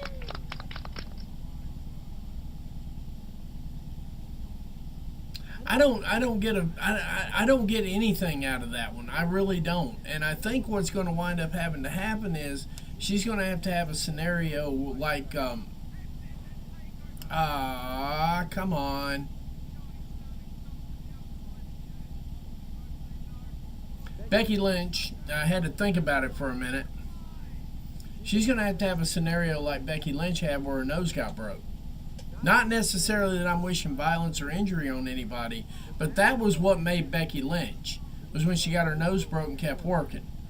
I think she's going to have a series like that to get people to take her seriously, because I don't. And I always thought it was a horrible idea, mainly because it kills the mystique. Not that there was any mystique from me for her, but having your fiance boyfriend highlighted kills it for a lot of fans, because there's always that moment where you could get lucky. I don't know, some people are weird like that, but I think that killed the mystique for her right there.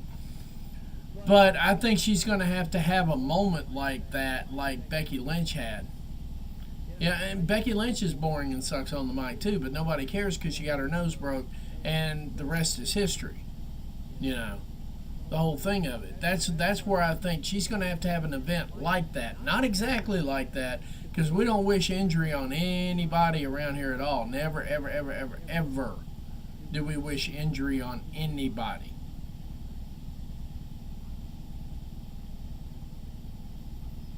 Talking like a chipmunk. Wow, what a shot.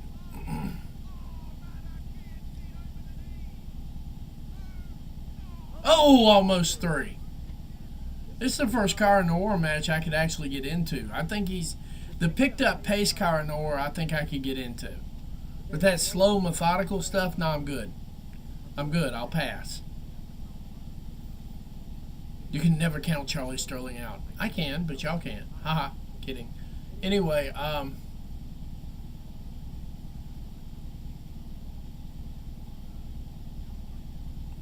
and Sterling countering the blackout sleeper like a champ. And he's back to... Oh! What a shot. Good Lord.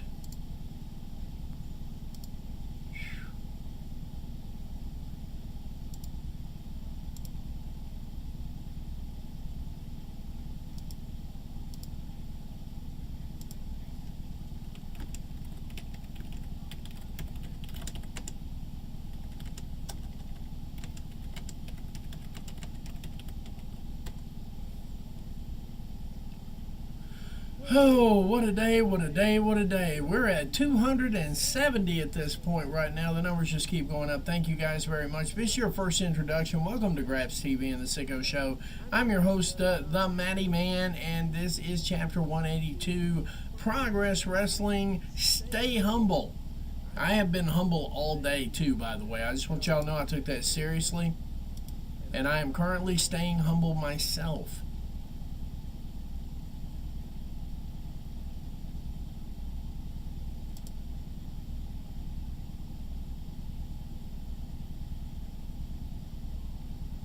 Wow, wow, wow, wow. That sounded nasty.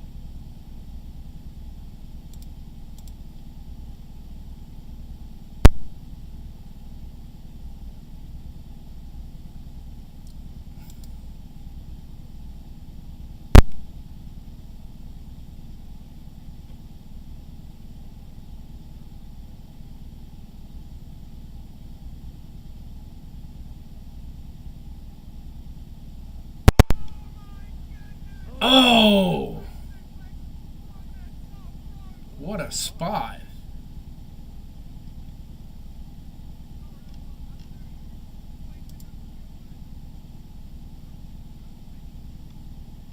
With his feet.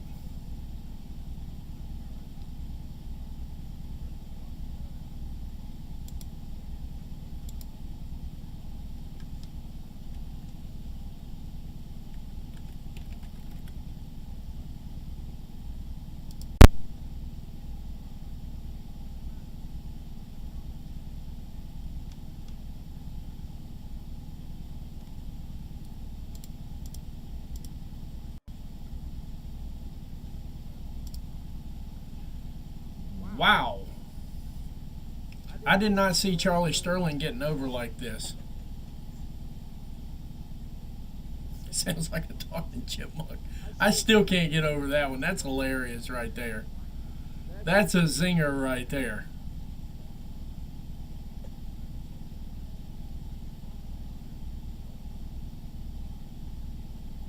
Cara is obviously the fan favorite, and he's obviously the commentary favorite on this one.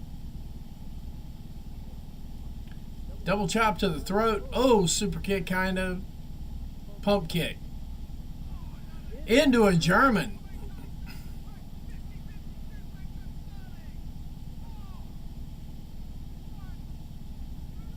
Not enough for 3.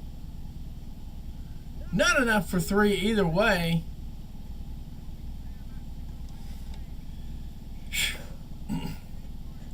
This is one match that should not go either way, but that's just me, you know. Hey, it is what it is. We're getting the "This is Progress" chant.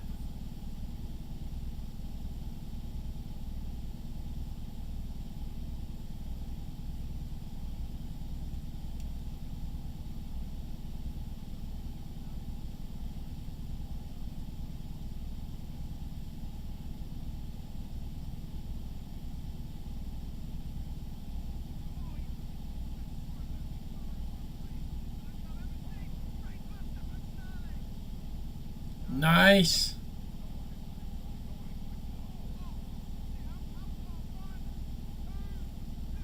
Oh, sit down powerbomb. Not enough for 3. Let's just go ahead and kill this because we're not watching that anyway. There we go.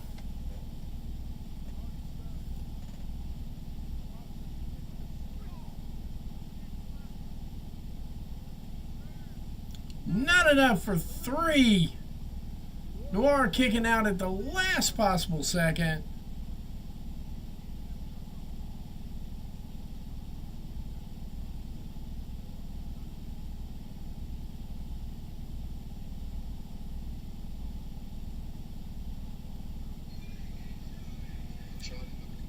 Hang on just 1 second right here, guys.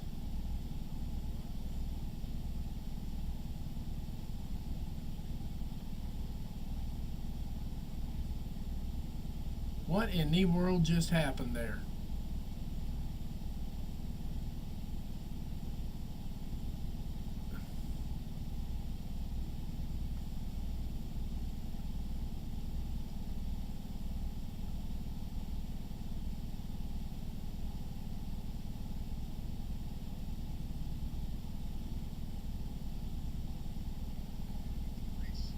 I'm trying to catch it all. Something happened here.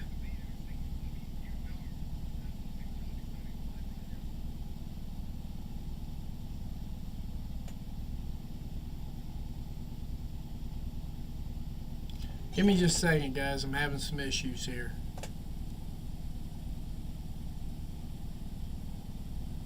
There we go.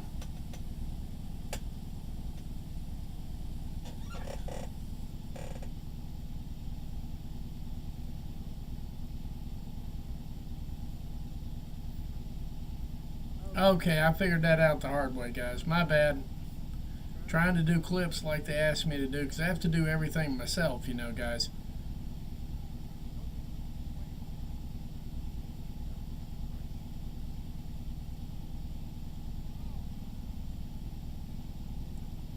Like, comment, share, tell a friend to tell a friend to tell a friend. We're almost to 300 viewers. Concurrent views. Love it. Got to love it, got to love it, got to love it. Give me just a second here, guys. Trying to get a clip out for these guys too, you know.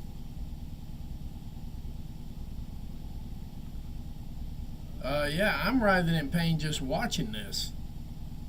This crap is nasty.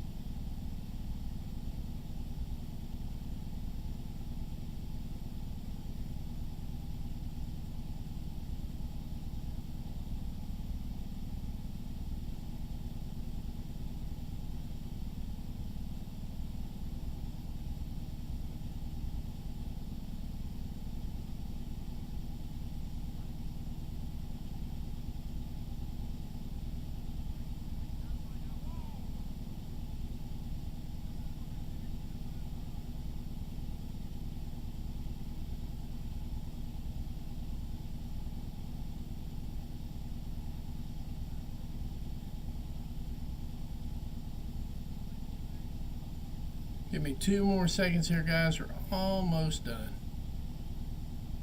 There we go. Oh, wow.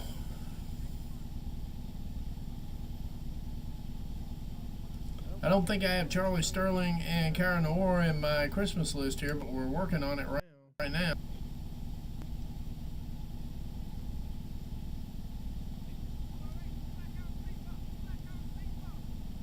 Kara's got the blackout sleeper locked in on Charlie.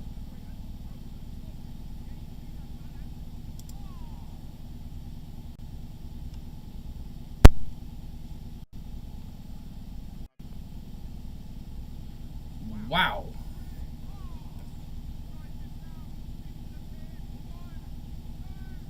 Not enough.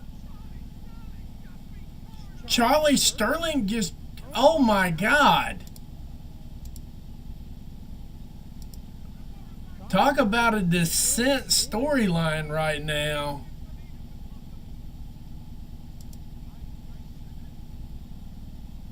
I'm still trying to process that. I think Charlie Sterling's still trying to process it too. Holy crap.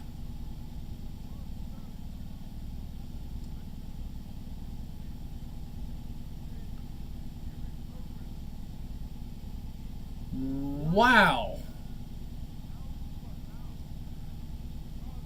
How did that happen?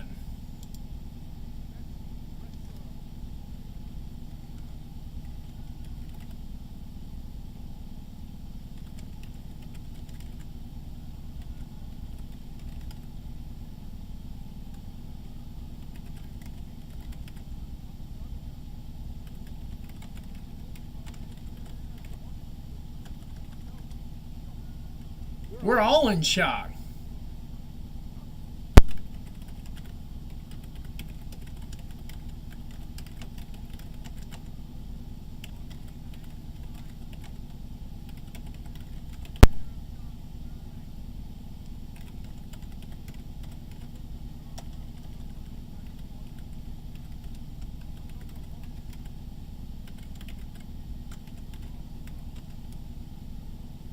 Holy crap, I'm kind of stunned on that one. That is, wow.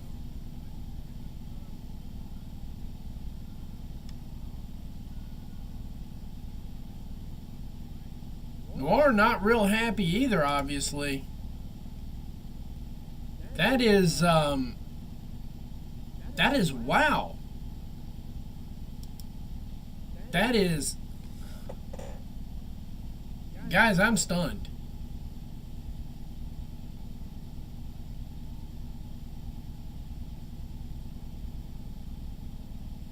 I'm wondering if he's really hurt too, but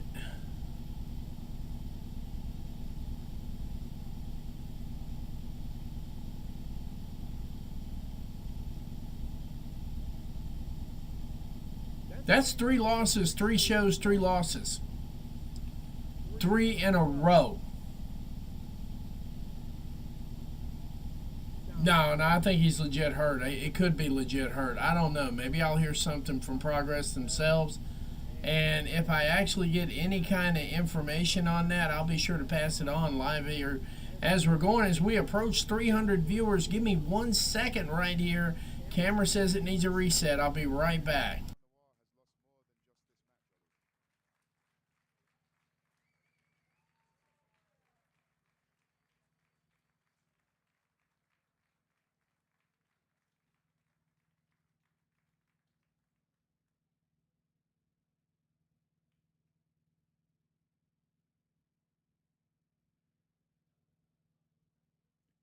That disheveled look says a lot to me. We're almost to 300 viewers.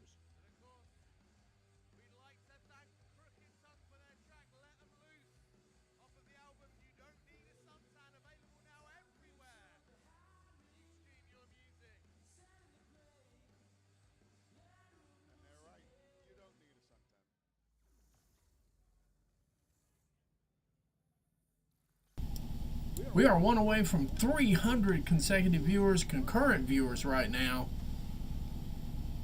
You guys are awesome. I just want to send a big shout out to you. If this is your first trip here with Grabs TV and the Sicko Show, I just want to remind you, as I tell everybody every week, every show, you are the stars. I am but the conduit. We're going to sit down. We've been talking wrestling all day long.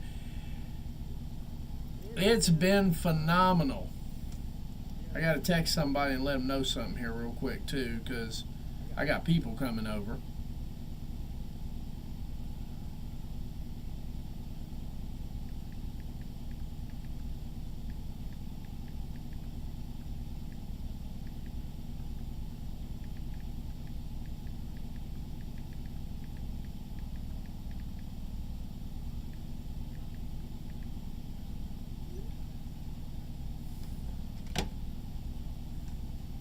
And we're getting a little bit of backstory on this. We got 305 viewers right now.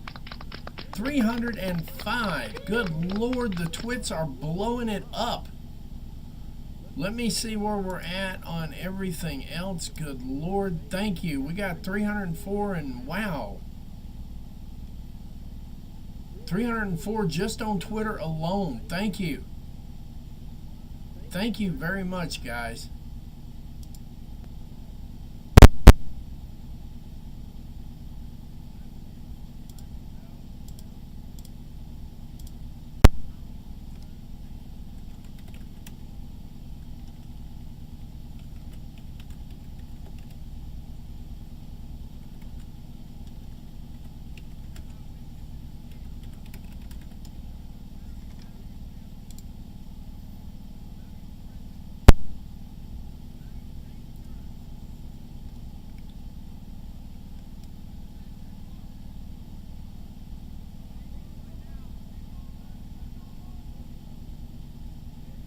All right, all right, all right, all right.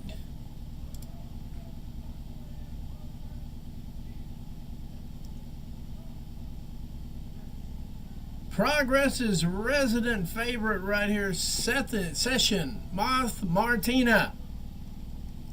So if I'm not mistaken, we are on for Elena Austin, Session, Moth Martina. I don't know if my video made it to the Q&A session or not. I have not had a chance to look, but we did a little video vignette for her 20-question Q&A, Elena Austin there for Progress Wrestling. It was really fun to do, so I don't know if it made the final cut or not. Somebody's going to have to let me know on that. I don't think that Chelsea got forced off her socials. I think it was wise to back off. She could have stood her ground. I'm with Daryl on that one. Mr. Starks, I think if you're going to pick a side on this, I picked a side on the Hulk Hogan thing myself. I put a couple of posts out that were polite posts, some historical posts, things like that, and that was the end of it for me. I gave him recognition for existing in the industry that I love, that puts food on my table now. I can officially say wrestling puts food on my table. So I can appreciate what Hulk Hogan did in the industry without necessarily liking him as a person. Now, do I think he rose to the level of some of the ECW stars? What's that guy, New Jack? Do I think it rose to the level of a New Jack? I don't know, never will. I'm not. Guys, I know I look white. I'm Native American. I have well more than 50%. I just have white skin. I'm a light-skinned Native American. That's exactly what I am. And quite frankly, from that perspective, I don't think I have it down pat yet. So I don't know which one is worse. So I think that Chelsea kind of tried to ride the fence. Yeah, but New Jack was a jackass. I mean, he's a piece of shit. They got him for all kinds of crap. Yeah, she needs to pick a side, stand on what she believes, and realize that you're going to lose fans either way. I'm going to lose fans either way for having a stance on that situation. And my numbers dropped dramatically. I mean, seriously, my shows right now, with the exception of this one, I'm struggling to pull 100. But it's not, you have to take a stand against certain things. I can appreciate what Hulk Hogan did in the ring. I can appreciate the ring accomplishments from Hulk Hogan without revering the man as the second coming of the Messiah of wrestling, because it's just not there. But see, we don't get to have these conversations until you're in this situation. Now,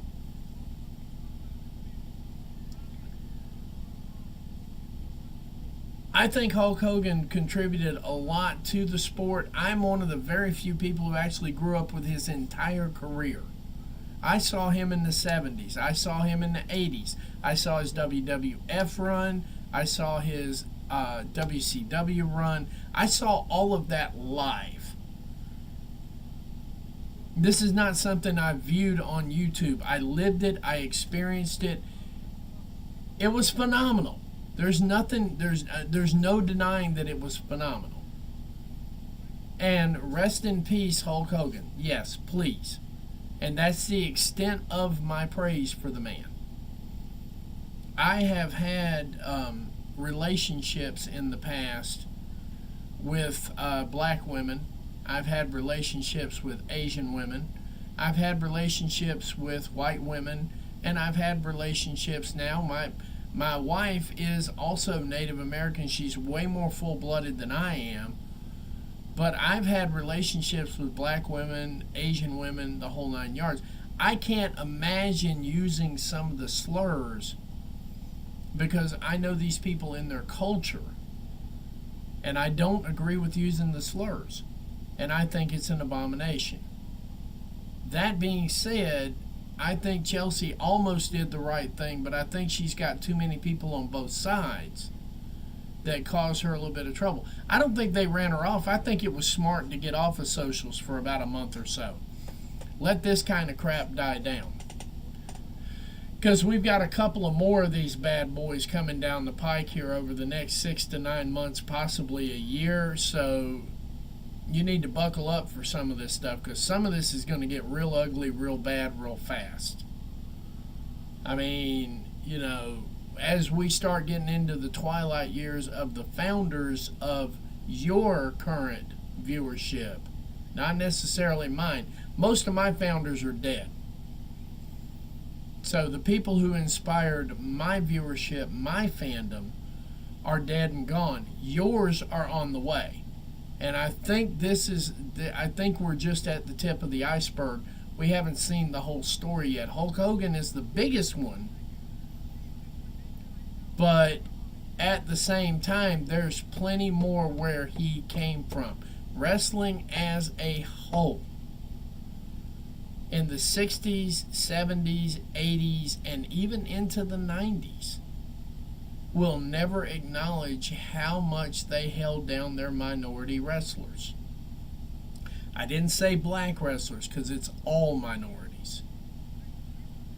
When they had Native Americans, they dressed them up like the Indians you'd see on television. That wasn't culturally appropriate.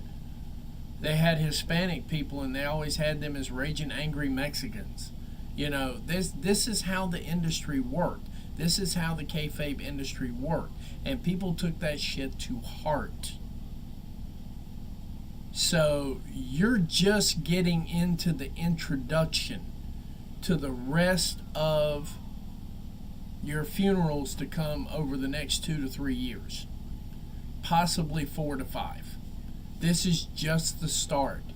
Your founders are passing now. See, when Fritz von Erich died, I knew he was not the best man in the world. You know?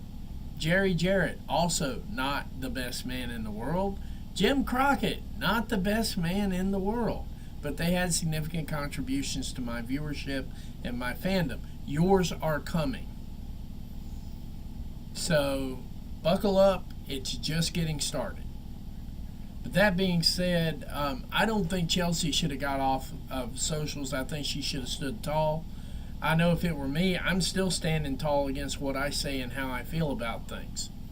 But let's get back to the action here, because Sessions getting her ass handed to her right now. This makes no sense. And as soon as I say that, the reversal happens. Brett is going to be the cleanest one that comes. Trust me. Brett is going to be the nicest one of all of them, because we can all agree that Brett will be a huge loss to the industry.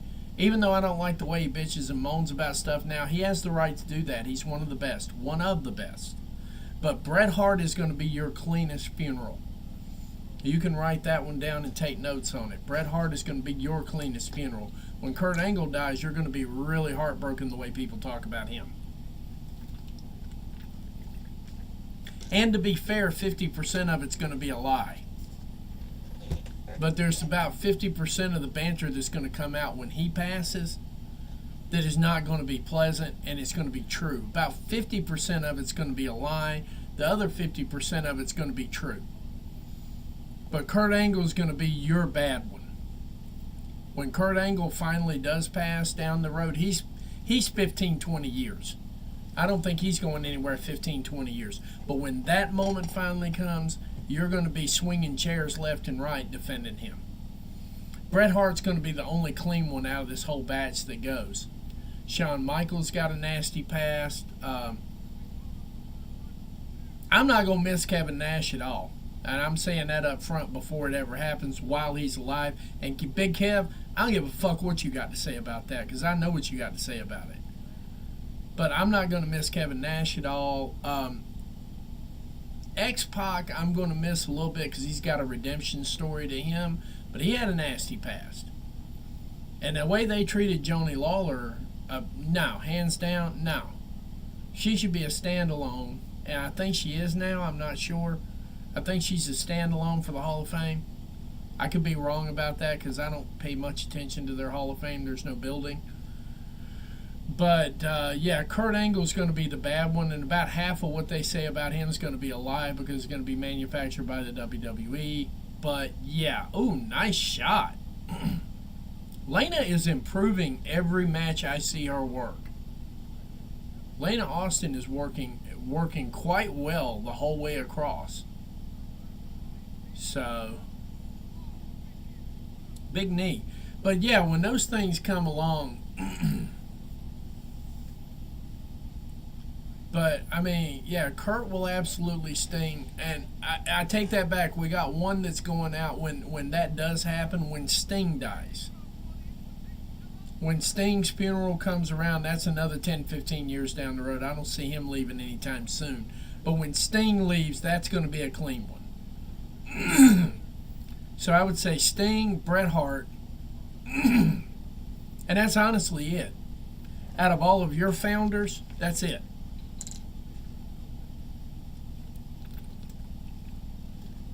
Most everybody else has got a tractor trailer load worth of dirt on them. And the dirt sheets will find every last speck of dirt. It's going to happen. So get ready for it. Session picking up the pin with a jawbreaker. Good Lord, they're getting through these matches quick.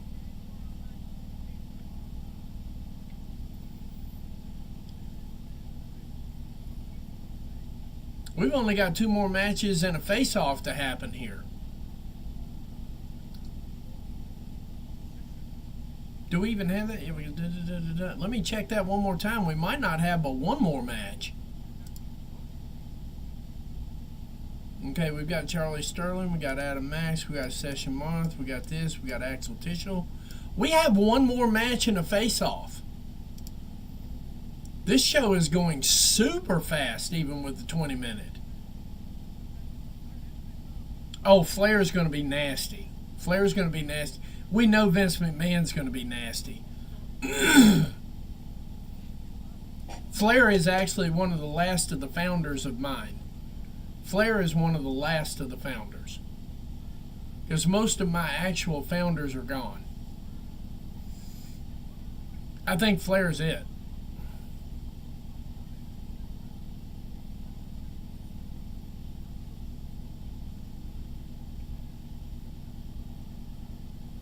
Looks like we might be getting a split up here too.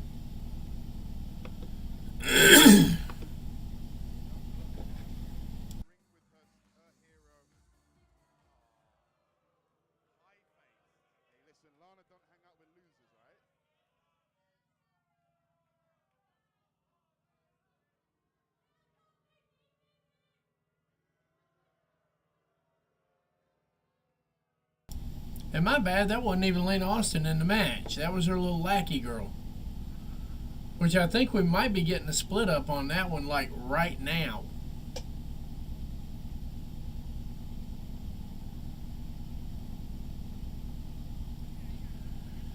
But Vince McMahon is going to be, that's an automatic nasty. You shouldn't have to pick a side on Vince McMahon.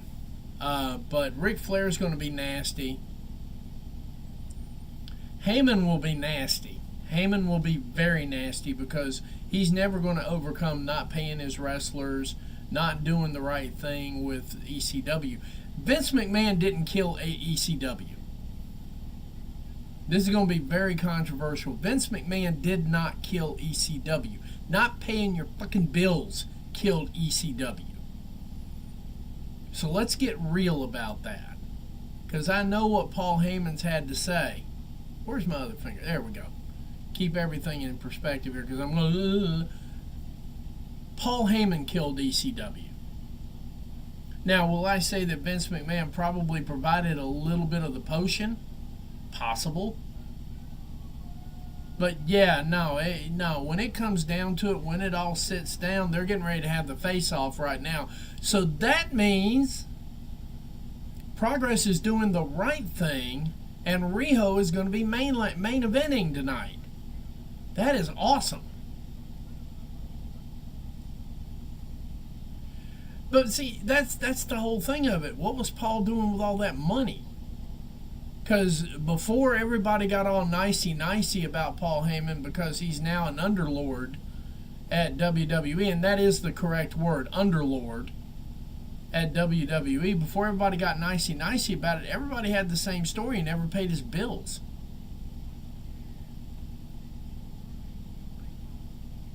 No, it was 100% shoot. That was 100% shoot. That wasn't a half shoot.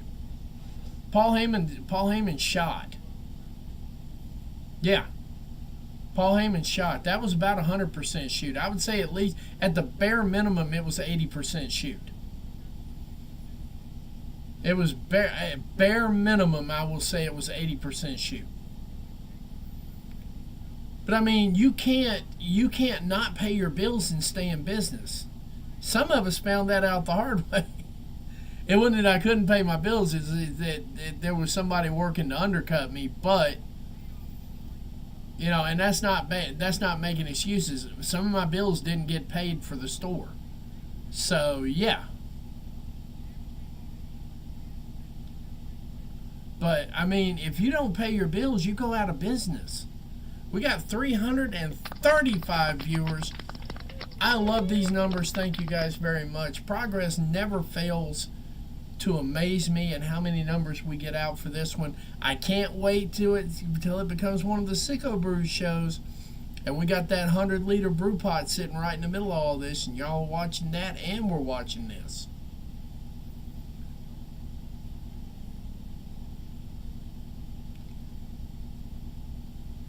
I'm guessing Man Like Darius is unavailable.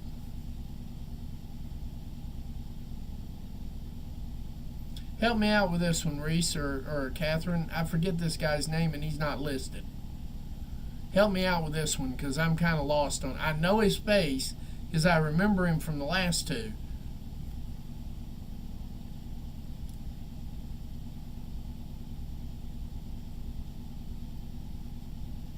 Hang tight 1 second. I'll be right back here. While they're doing this right here, give me just 1 second.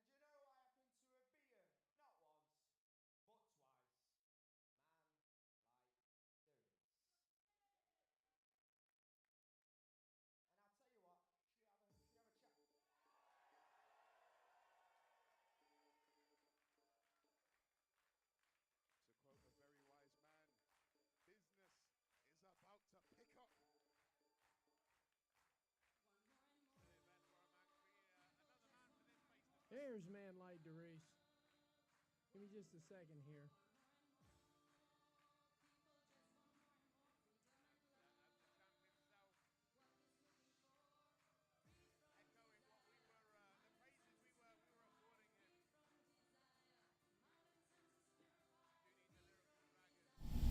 All right, I'm back. Sorry about that, guys. So we are going to get the face off. Had a little emergency I had to take care of on that. No, I just didn't know who the white guy was. I forget the white guy's name. The white guy that was in the middle there, I forgot his name. I know Luke Jacobs. I know Man Like Darius. I've only seen the white guy a couple of times. We are almost to 350 viewers. Holy crap, thank you. We have eclipsed our regular number last time by 6. We had 340 viewers last show. We have eclipsed that number by 6. Thank you. Thank you very much. You are always the stars. I am always the conduit.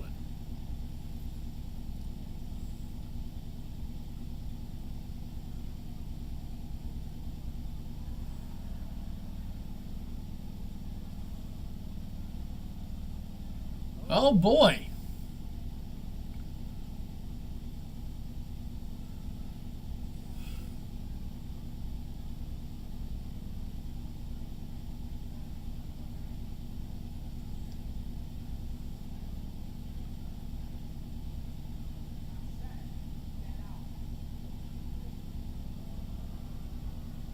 Looks like we might have a standoff here right away.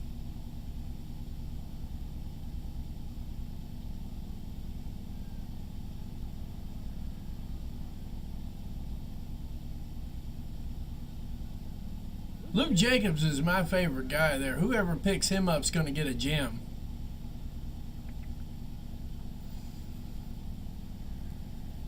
Honestly, if we're being honest, about 350 viewers. Holy crap. Thank you.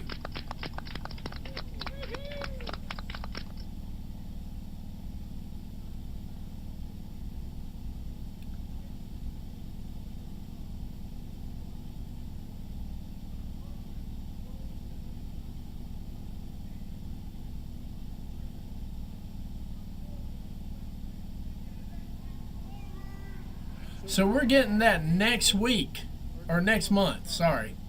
August 25th, Electric Ballroom, we're getting that match.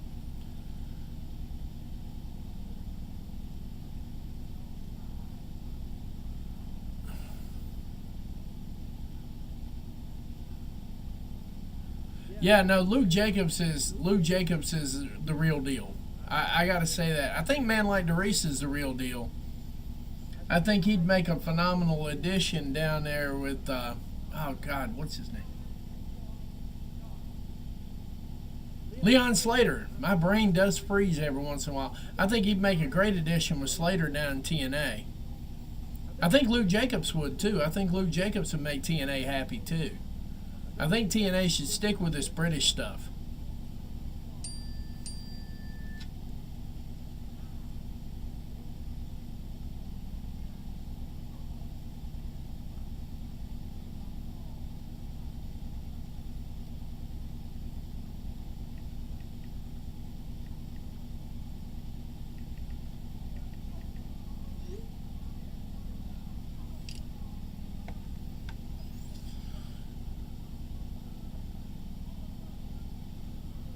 Yes, I agree.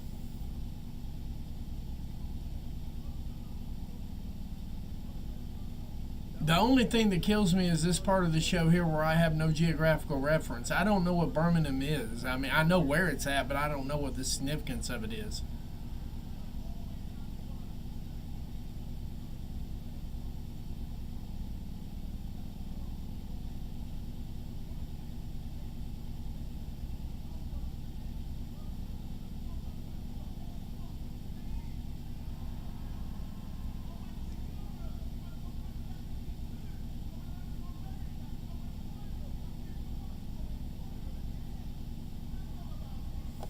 I will say, Man Like DeReese is killing it right now.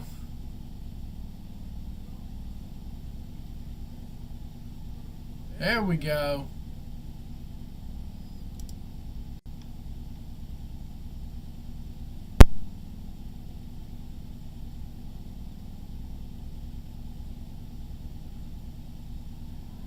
Ooh. I will say right away,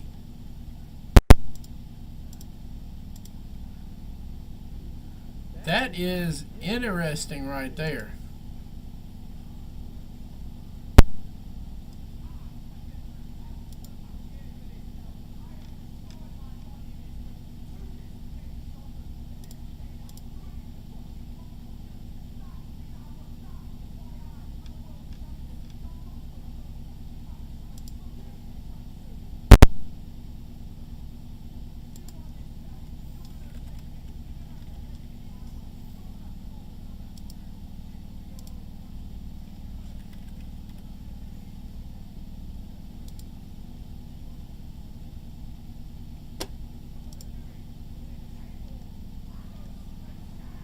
So they're going to have a tables, ladders, and chairs.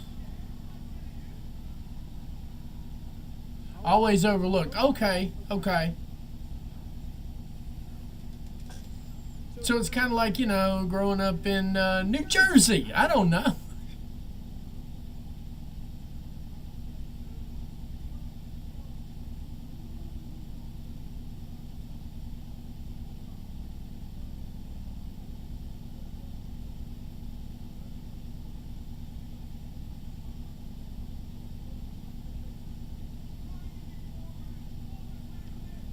I don't know how they're going to fit tables, ladders, and chairs in that little ring. I'm looking forward to this now. Now they've got my attention.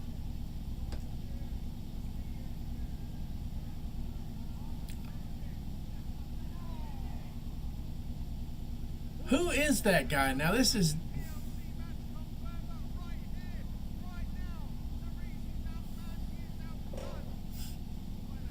Yeah, so it's kind of like growing up in New Jersey. I don't... We got 360 viewers right now. Oh my God. Uh-oh. Darice on the comeback. Ethan Allen. Okay, great.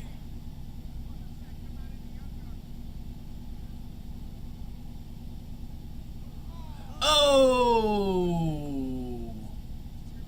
We got that Planned Parenthood going on live in living color now. Darice in a little bit of trouble here. And we've got Progress officials down here trying to break this up. The crew has surrounded the ring. The drama, the intensity.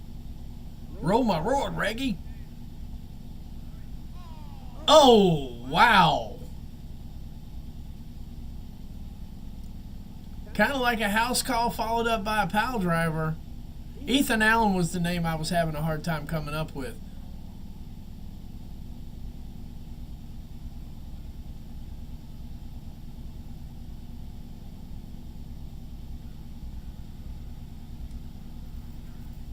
That makes me wonder if Lou Jacobs is actually going to be losing this match. That would be scary as crap.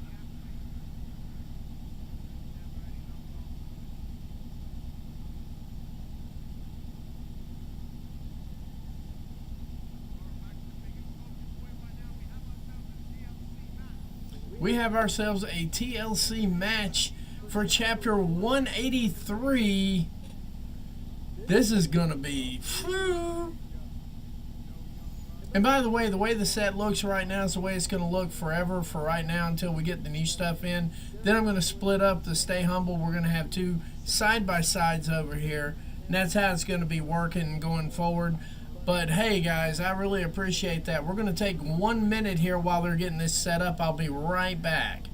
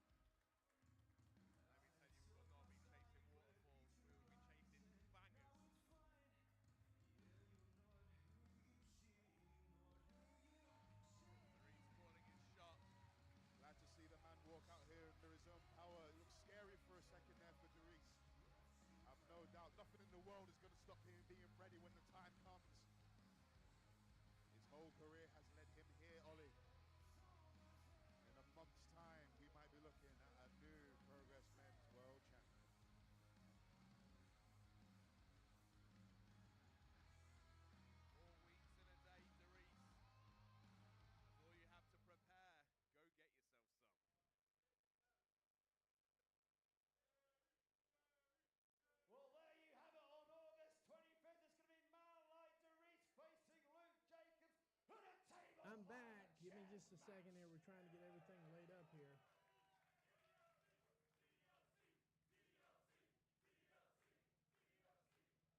Oh my! I might just say how useless the red shirts were there. Alan! Look at me, Alan! 2.5 weeks of Taekwondo down. 2.5 weeks of Taekwondo.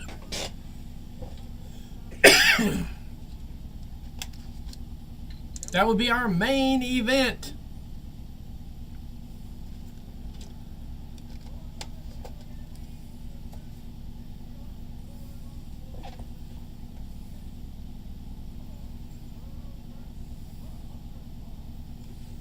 400 volts.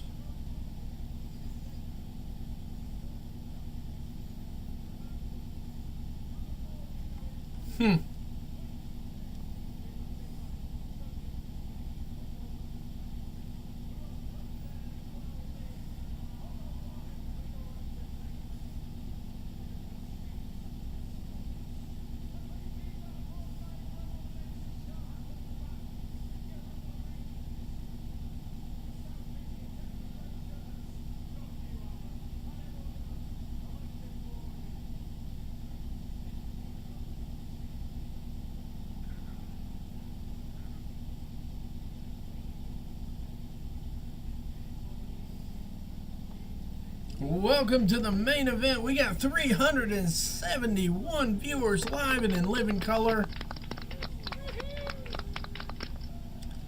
Hell yeah, we made it, guys. I gotta say, yeah. I'm not expecting it to work out like this next month, but not a bad show to speak of. Kanji making her way to the ring right now.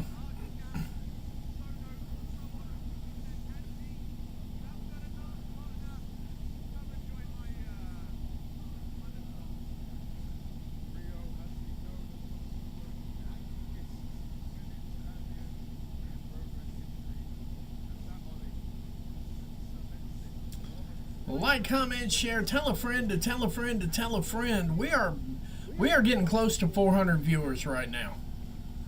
That is absolutely phenomenal. I would like to thank each and every one of you right now. This has been phenomenal. The participation, the whole nines. We're getting all kinds of good stuff here. Let's see where we're at on everything here.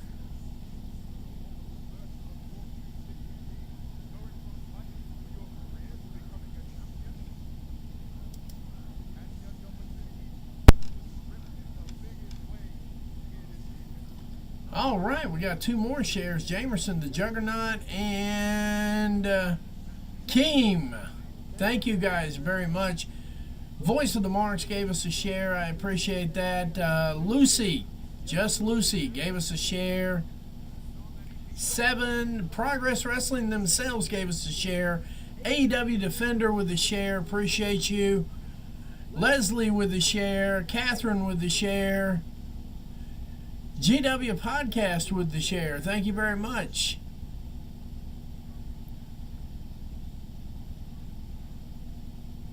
Dom with the share. Dom with the quote tweets. Deb with the quote tweet. Thank you. Thank you very much, guys. Thank you, thank you. Always get a shout out on the show. Always appreciate every little thing y'all do.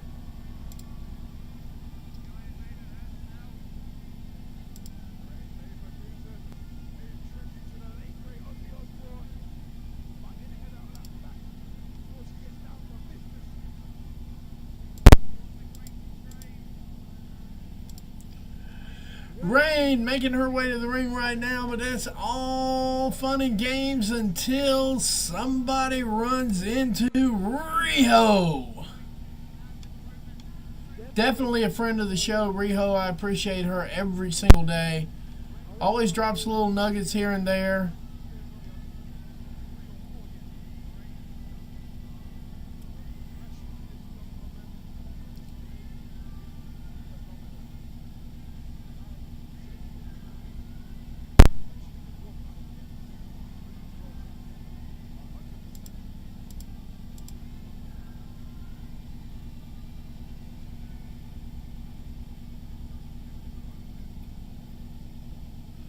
Oh, Lord.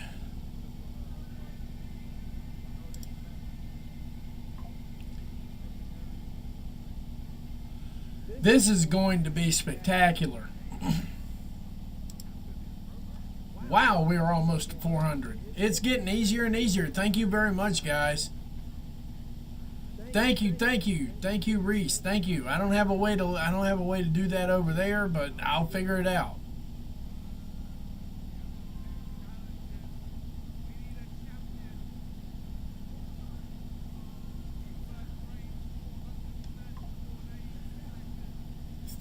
Wow. Rio in her latest reign as Women's World Champion. Coming out in that fur coat, purple braids. It's Rio.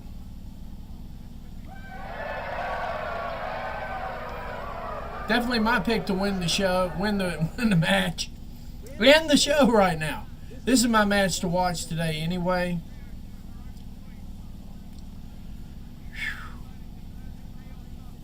This has just been a phenomenal stream. Thank you guys very much. This is crazy. I think at this point I've got more people watching the stream than they do in the building. Not saying that as a flex or anything like that, because they always sell out for this. We might pick up some more North Wrestling shows coming up here now that they're back on Triller. I may get set up to run a few North shows as well. Not sure yet. I need them to stop doing them on Friday. I can't do shows during the regular work week yet because the check hadn't got here yet, so to speak. But coming down the pike without a problem, we're definitely going to be doing some shows.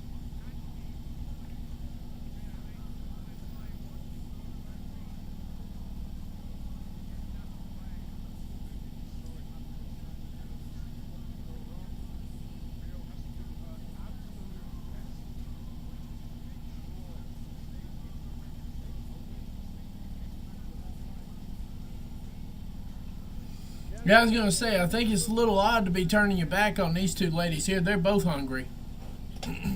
But are they as hungry as Rio? That's the question.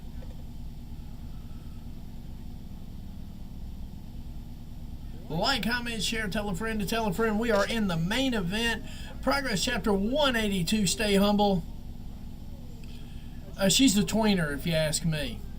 She can be either or. It depends. It depends on what the presentation is. She's been probably both in both. I mean, you know, I would go with face right away, but I would say automatically a tweener.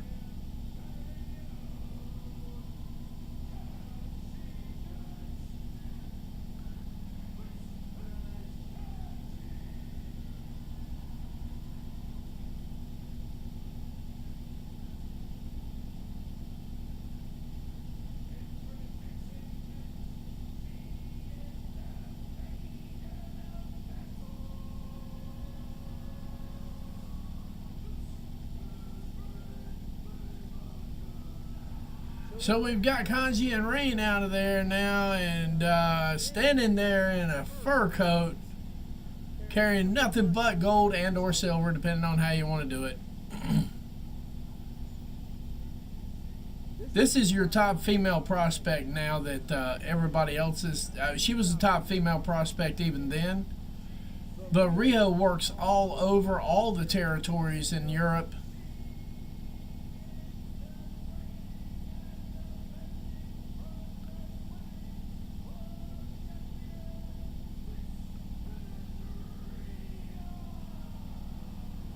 And she's thick too.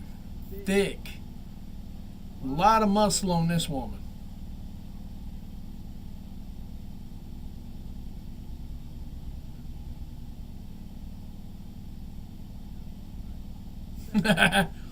And they're singing her in the ring right now. We're almost to 400 viewers live and in living color. Thank you very much, guys. We are 9 away from 400. That would be a plus for any progress stream we've done.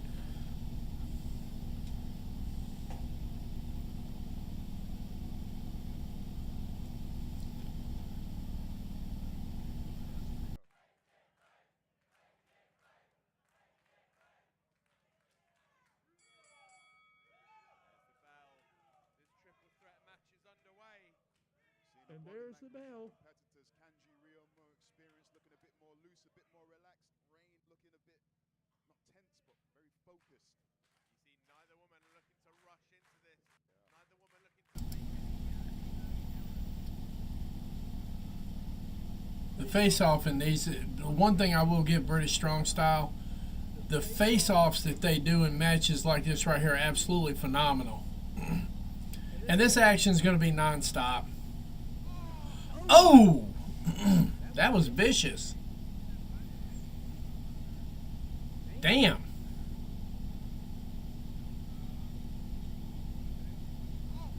Walked into a hurricanrana right there. Rio catching it from both sides right now.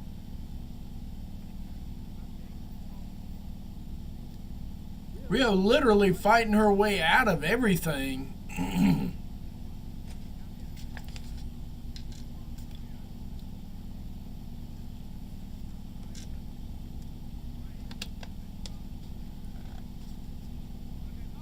Damn. Uh-oh, quick roll up. Not enough for 3 all the way around. Everybody going for the quick pins. Backslider.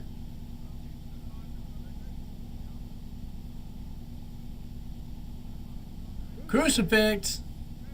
Not enough for 3. We're going to see a lot of this early in the match. Not enough for 3. Kanji walking right into one. Not enough for 3 again.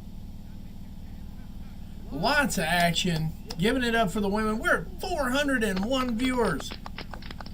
Holy crap. Thank you very much, guys. Thank you, thank you, thank you.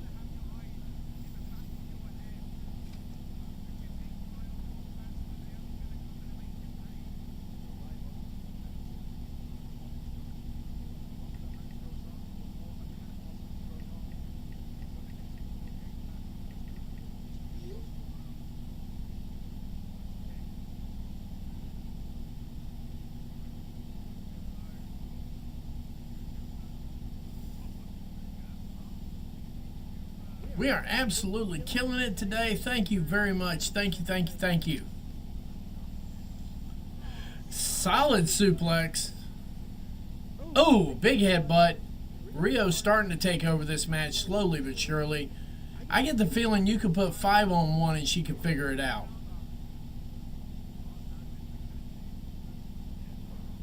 Running drop kick.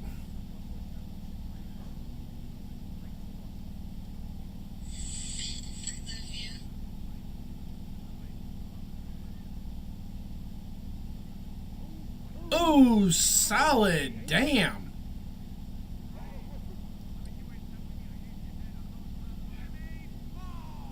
Oh.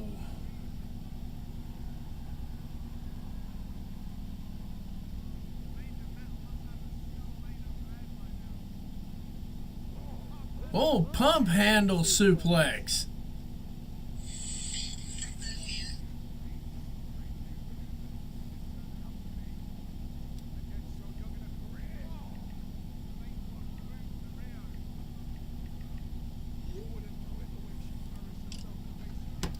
I could almost see that going over. Really, I think they would do Kanji. I like Kanji for this one. If it's not, wow, we're at 411 already and climbing. Thank you.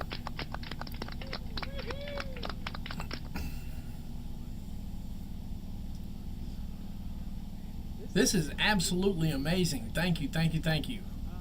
Yes, I could see them letting Rain win.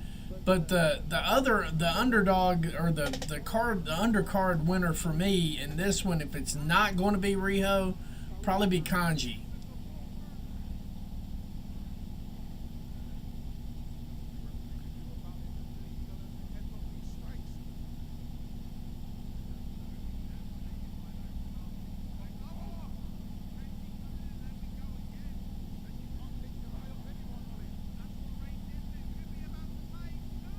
Not enough for 3, though.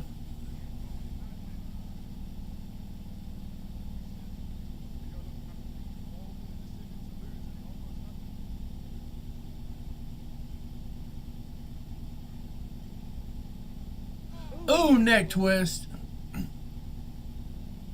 Kanji definitely the heel in this one.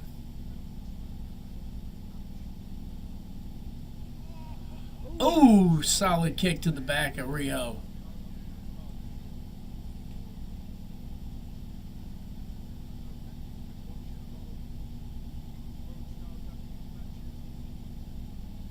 A lot of joint manipulation in this one.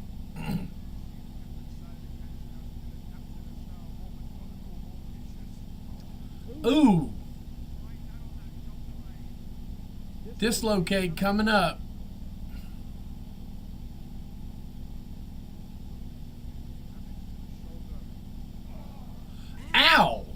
hurt me just watching it.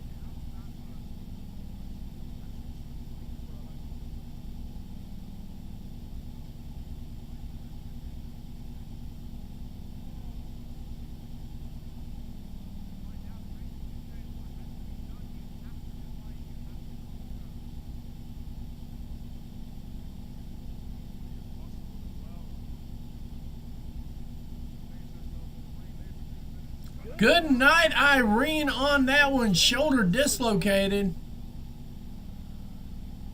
That's got to be it right there. Yeah, Kanji does remind you of Indy Hartwell. She is definitely class in the ring, too.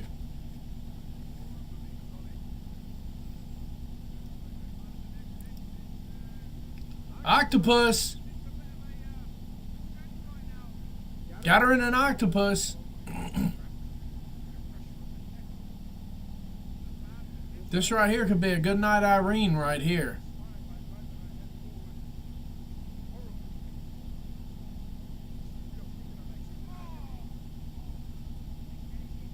Kanji catching a shot from the back of the head.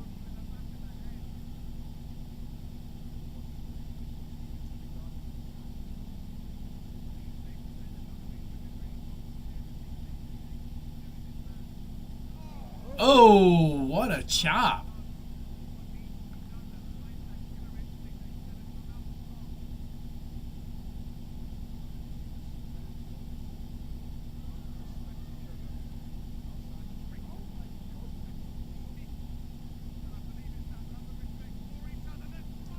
Kanji is just killing it, literally.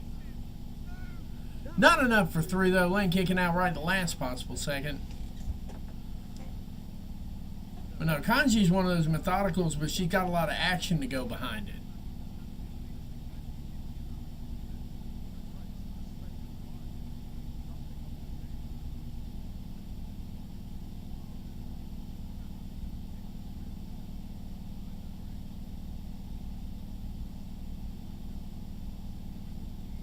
Ooh! Whoa! And turned around and gave Rio a pop just for good measure. Oof! Solid forearms. Kanji getting wasted now.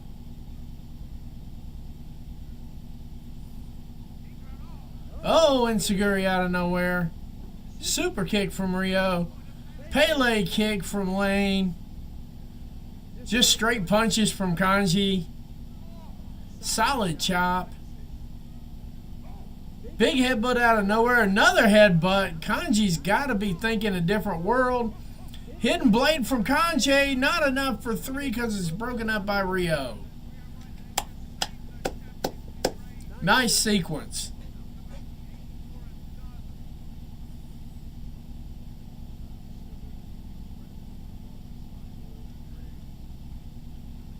$421 viewers. Thank you all. Good Lord. I'm honored. Thank you.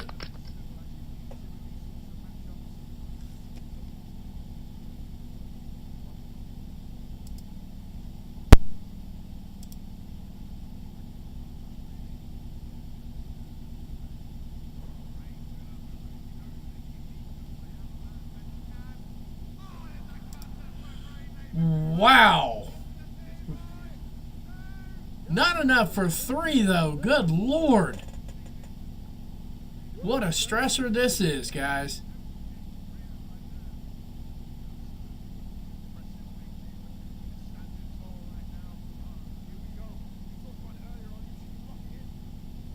Oh, big kicks to get out of whatever she was thinking about. Back to that shoulder.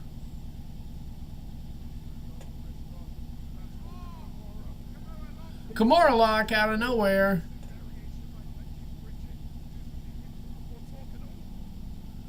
Rio going around with a big boot to Kanji.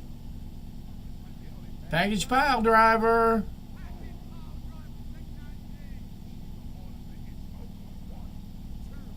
And saved by Lane. You got to hit both of them with the package pile driver, Rio. Can't just do one, got to do both. Kanji doesn't even know what planet she's on right now. Uh-oh. Death Valley driver to the back of the neck. So you ask me who the face is in this thing. Normally it's Rio, but when Rio gets pissed, say goodnight. Big lariat. Ah, not enough for 3. Kanji kicking out the last minute. Whew. Wow. Somehow, some way, she keeps coming up with funky ass trips like every single day. Yes. This match has turned out to be a whole lot better than build. And I thought it was pretty damn good build. Trying to get another package pile driver in there. Lane getting in there trying to change up.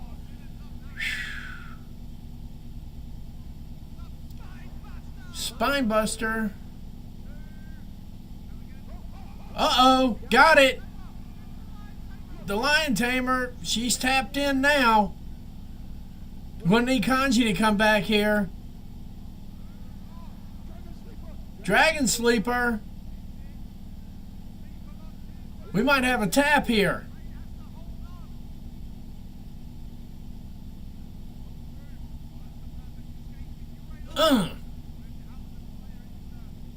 We're at 430 viewers, guys. Thank you.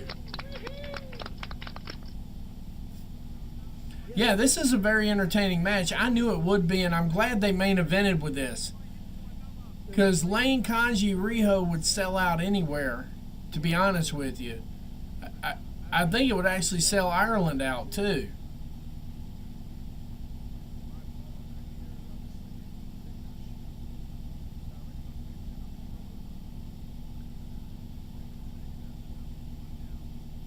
Rio's in a little bit of trouble here.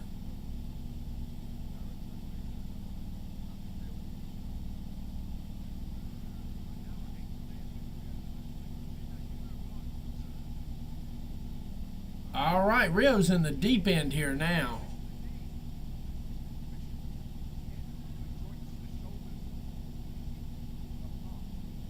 I bet you one thing, Rio's probably questioning or reevaluating bringing this in and making it a 3-way.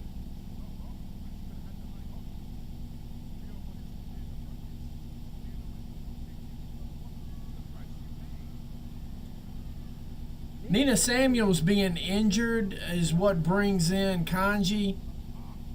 This was originally supposed to be Riho and Lane. Kanji came in as a result of that one. She's turning it. Lion Tamer.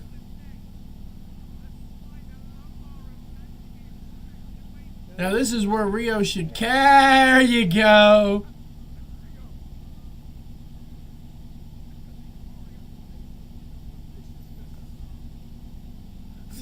Rio just catching her arm before she can tap. Oh.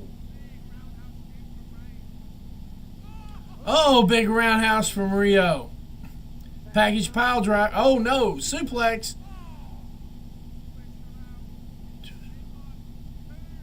No, saved. Wait, what just happened? What just happened? We know Lane got pinned. Whoa, whoa, whoa, whoa, whoa, whoa, whoa, whoa, whoa, whoa, whoa, whoa, whoa, whoa.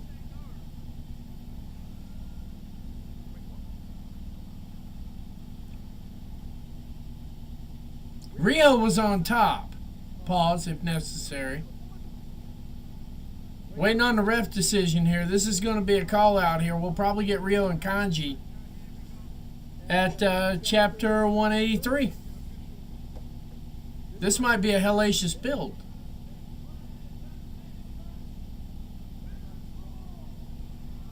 A draw?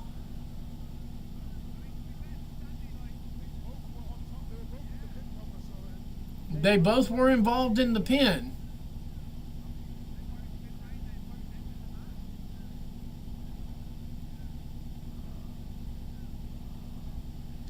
You can tell now everybody really wanted Kanji to actually win the title now because everybody's pissed.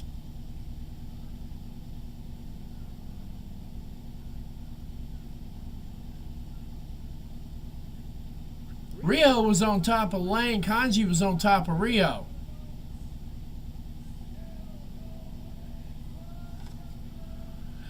Ooh, that's controversial. 440 viewers right here at the last possible second, guys. I appreciate it. And the crowd is like, this is bullshit.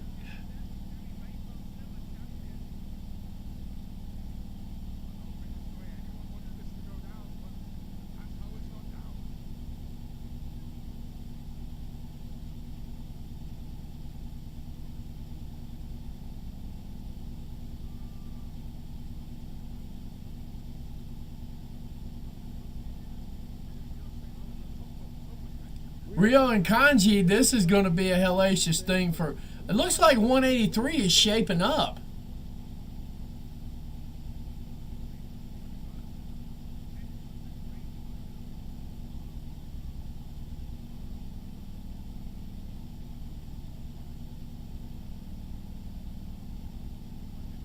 Rio and Kanji would be a hellacious... Yeah, I don't know who'd main event.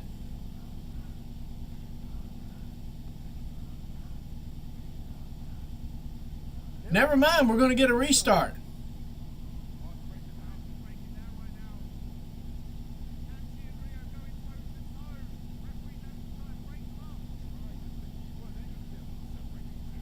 Uh-oh, got her in a triangle. Red shirts trying to save the day. They're not really working out too well right now. They have got everybody split up, though.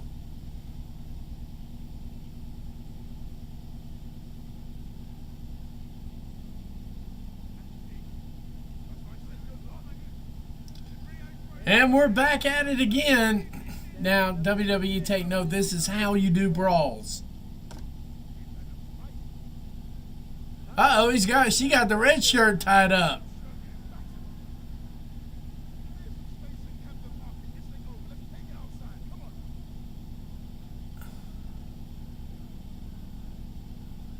This is nice.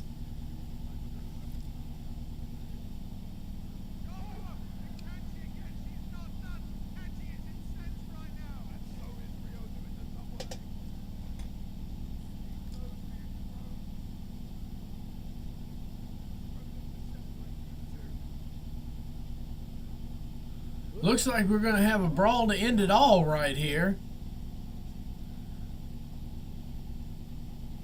Let them fight. Yeah, Catherine, the women's matches in this are generally entertaining because they actually fight. All right, I think we've got them legitimately separated out now.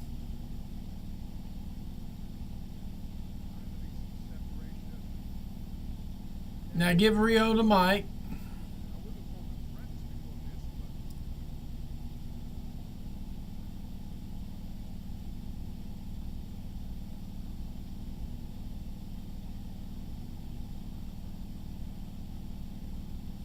Yeah, Rio's got the mic.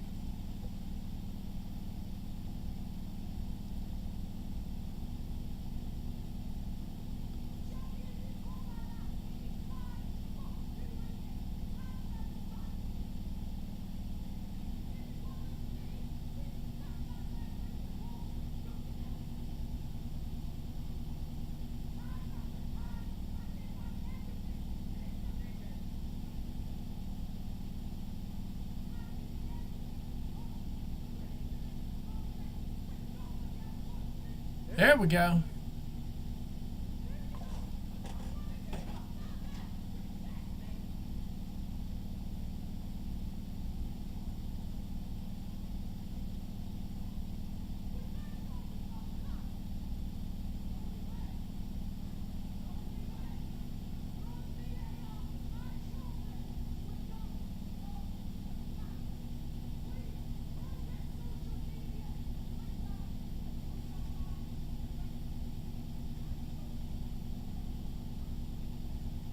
Oof.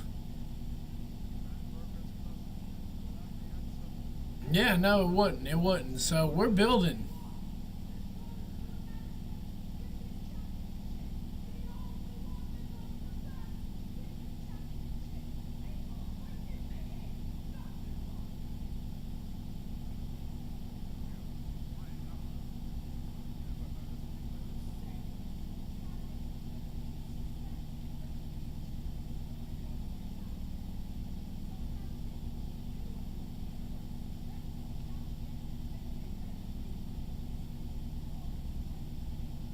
I told you.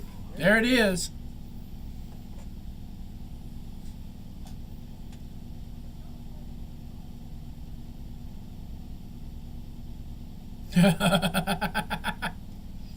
And out of everybody, Riho can cut a good promo.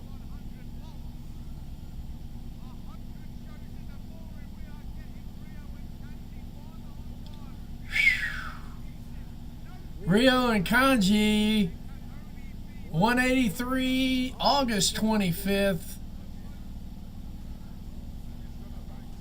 And I do believe we have arrived at the end of this show. It is almost done. We got 450 viewers in the house. I'll take it. 450 viewers in the house. Guys, you guys are awesome.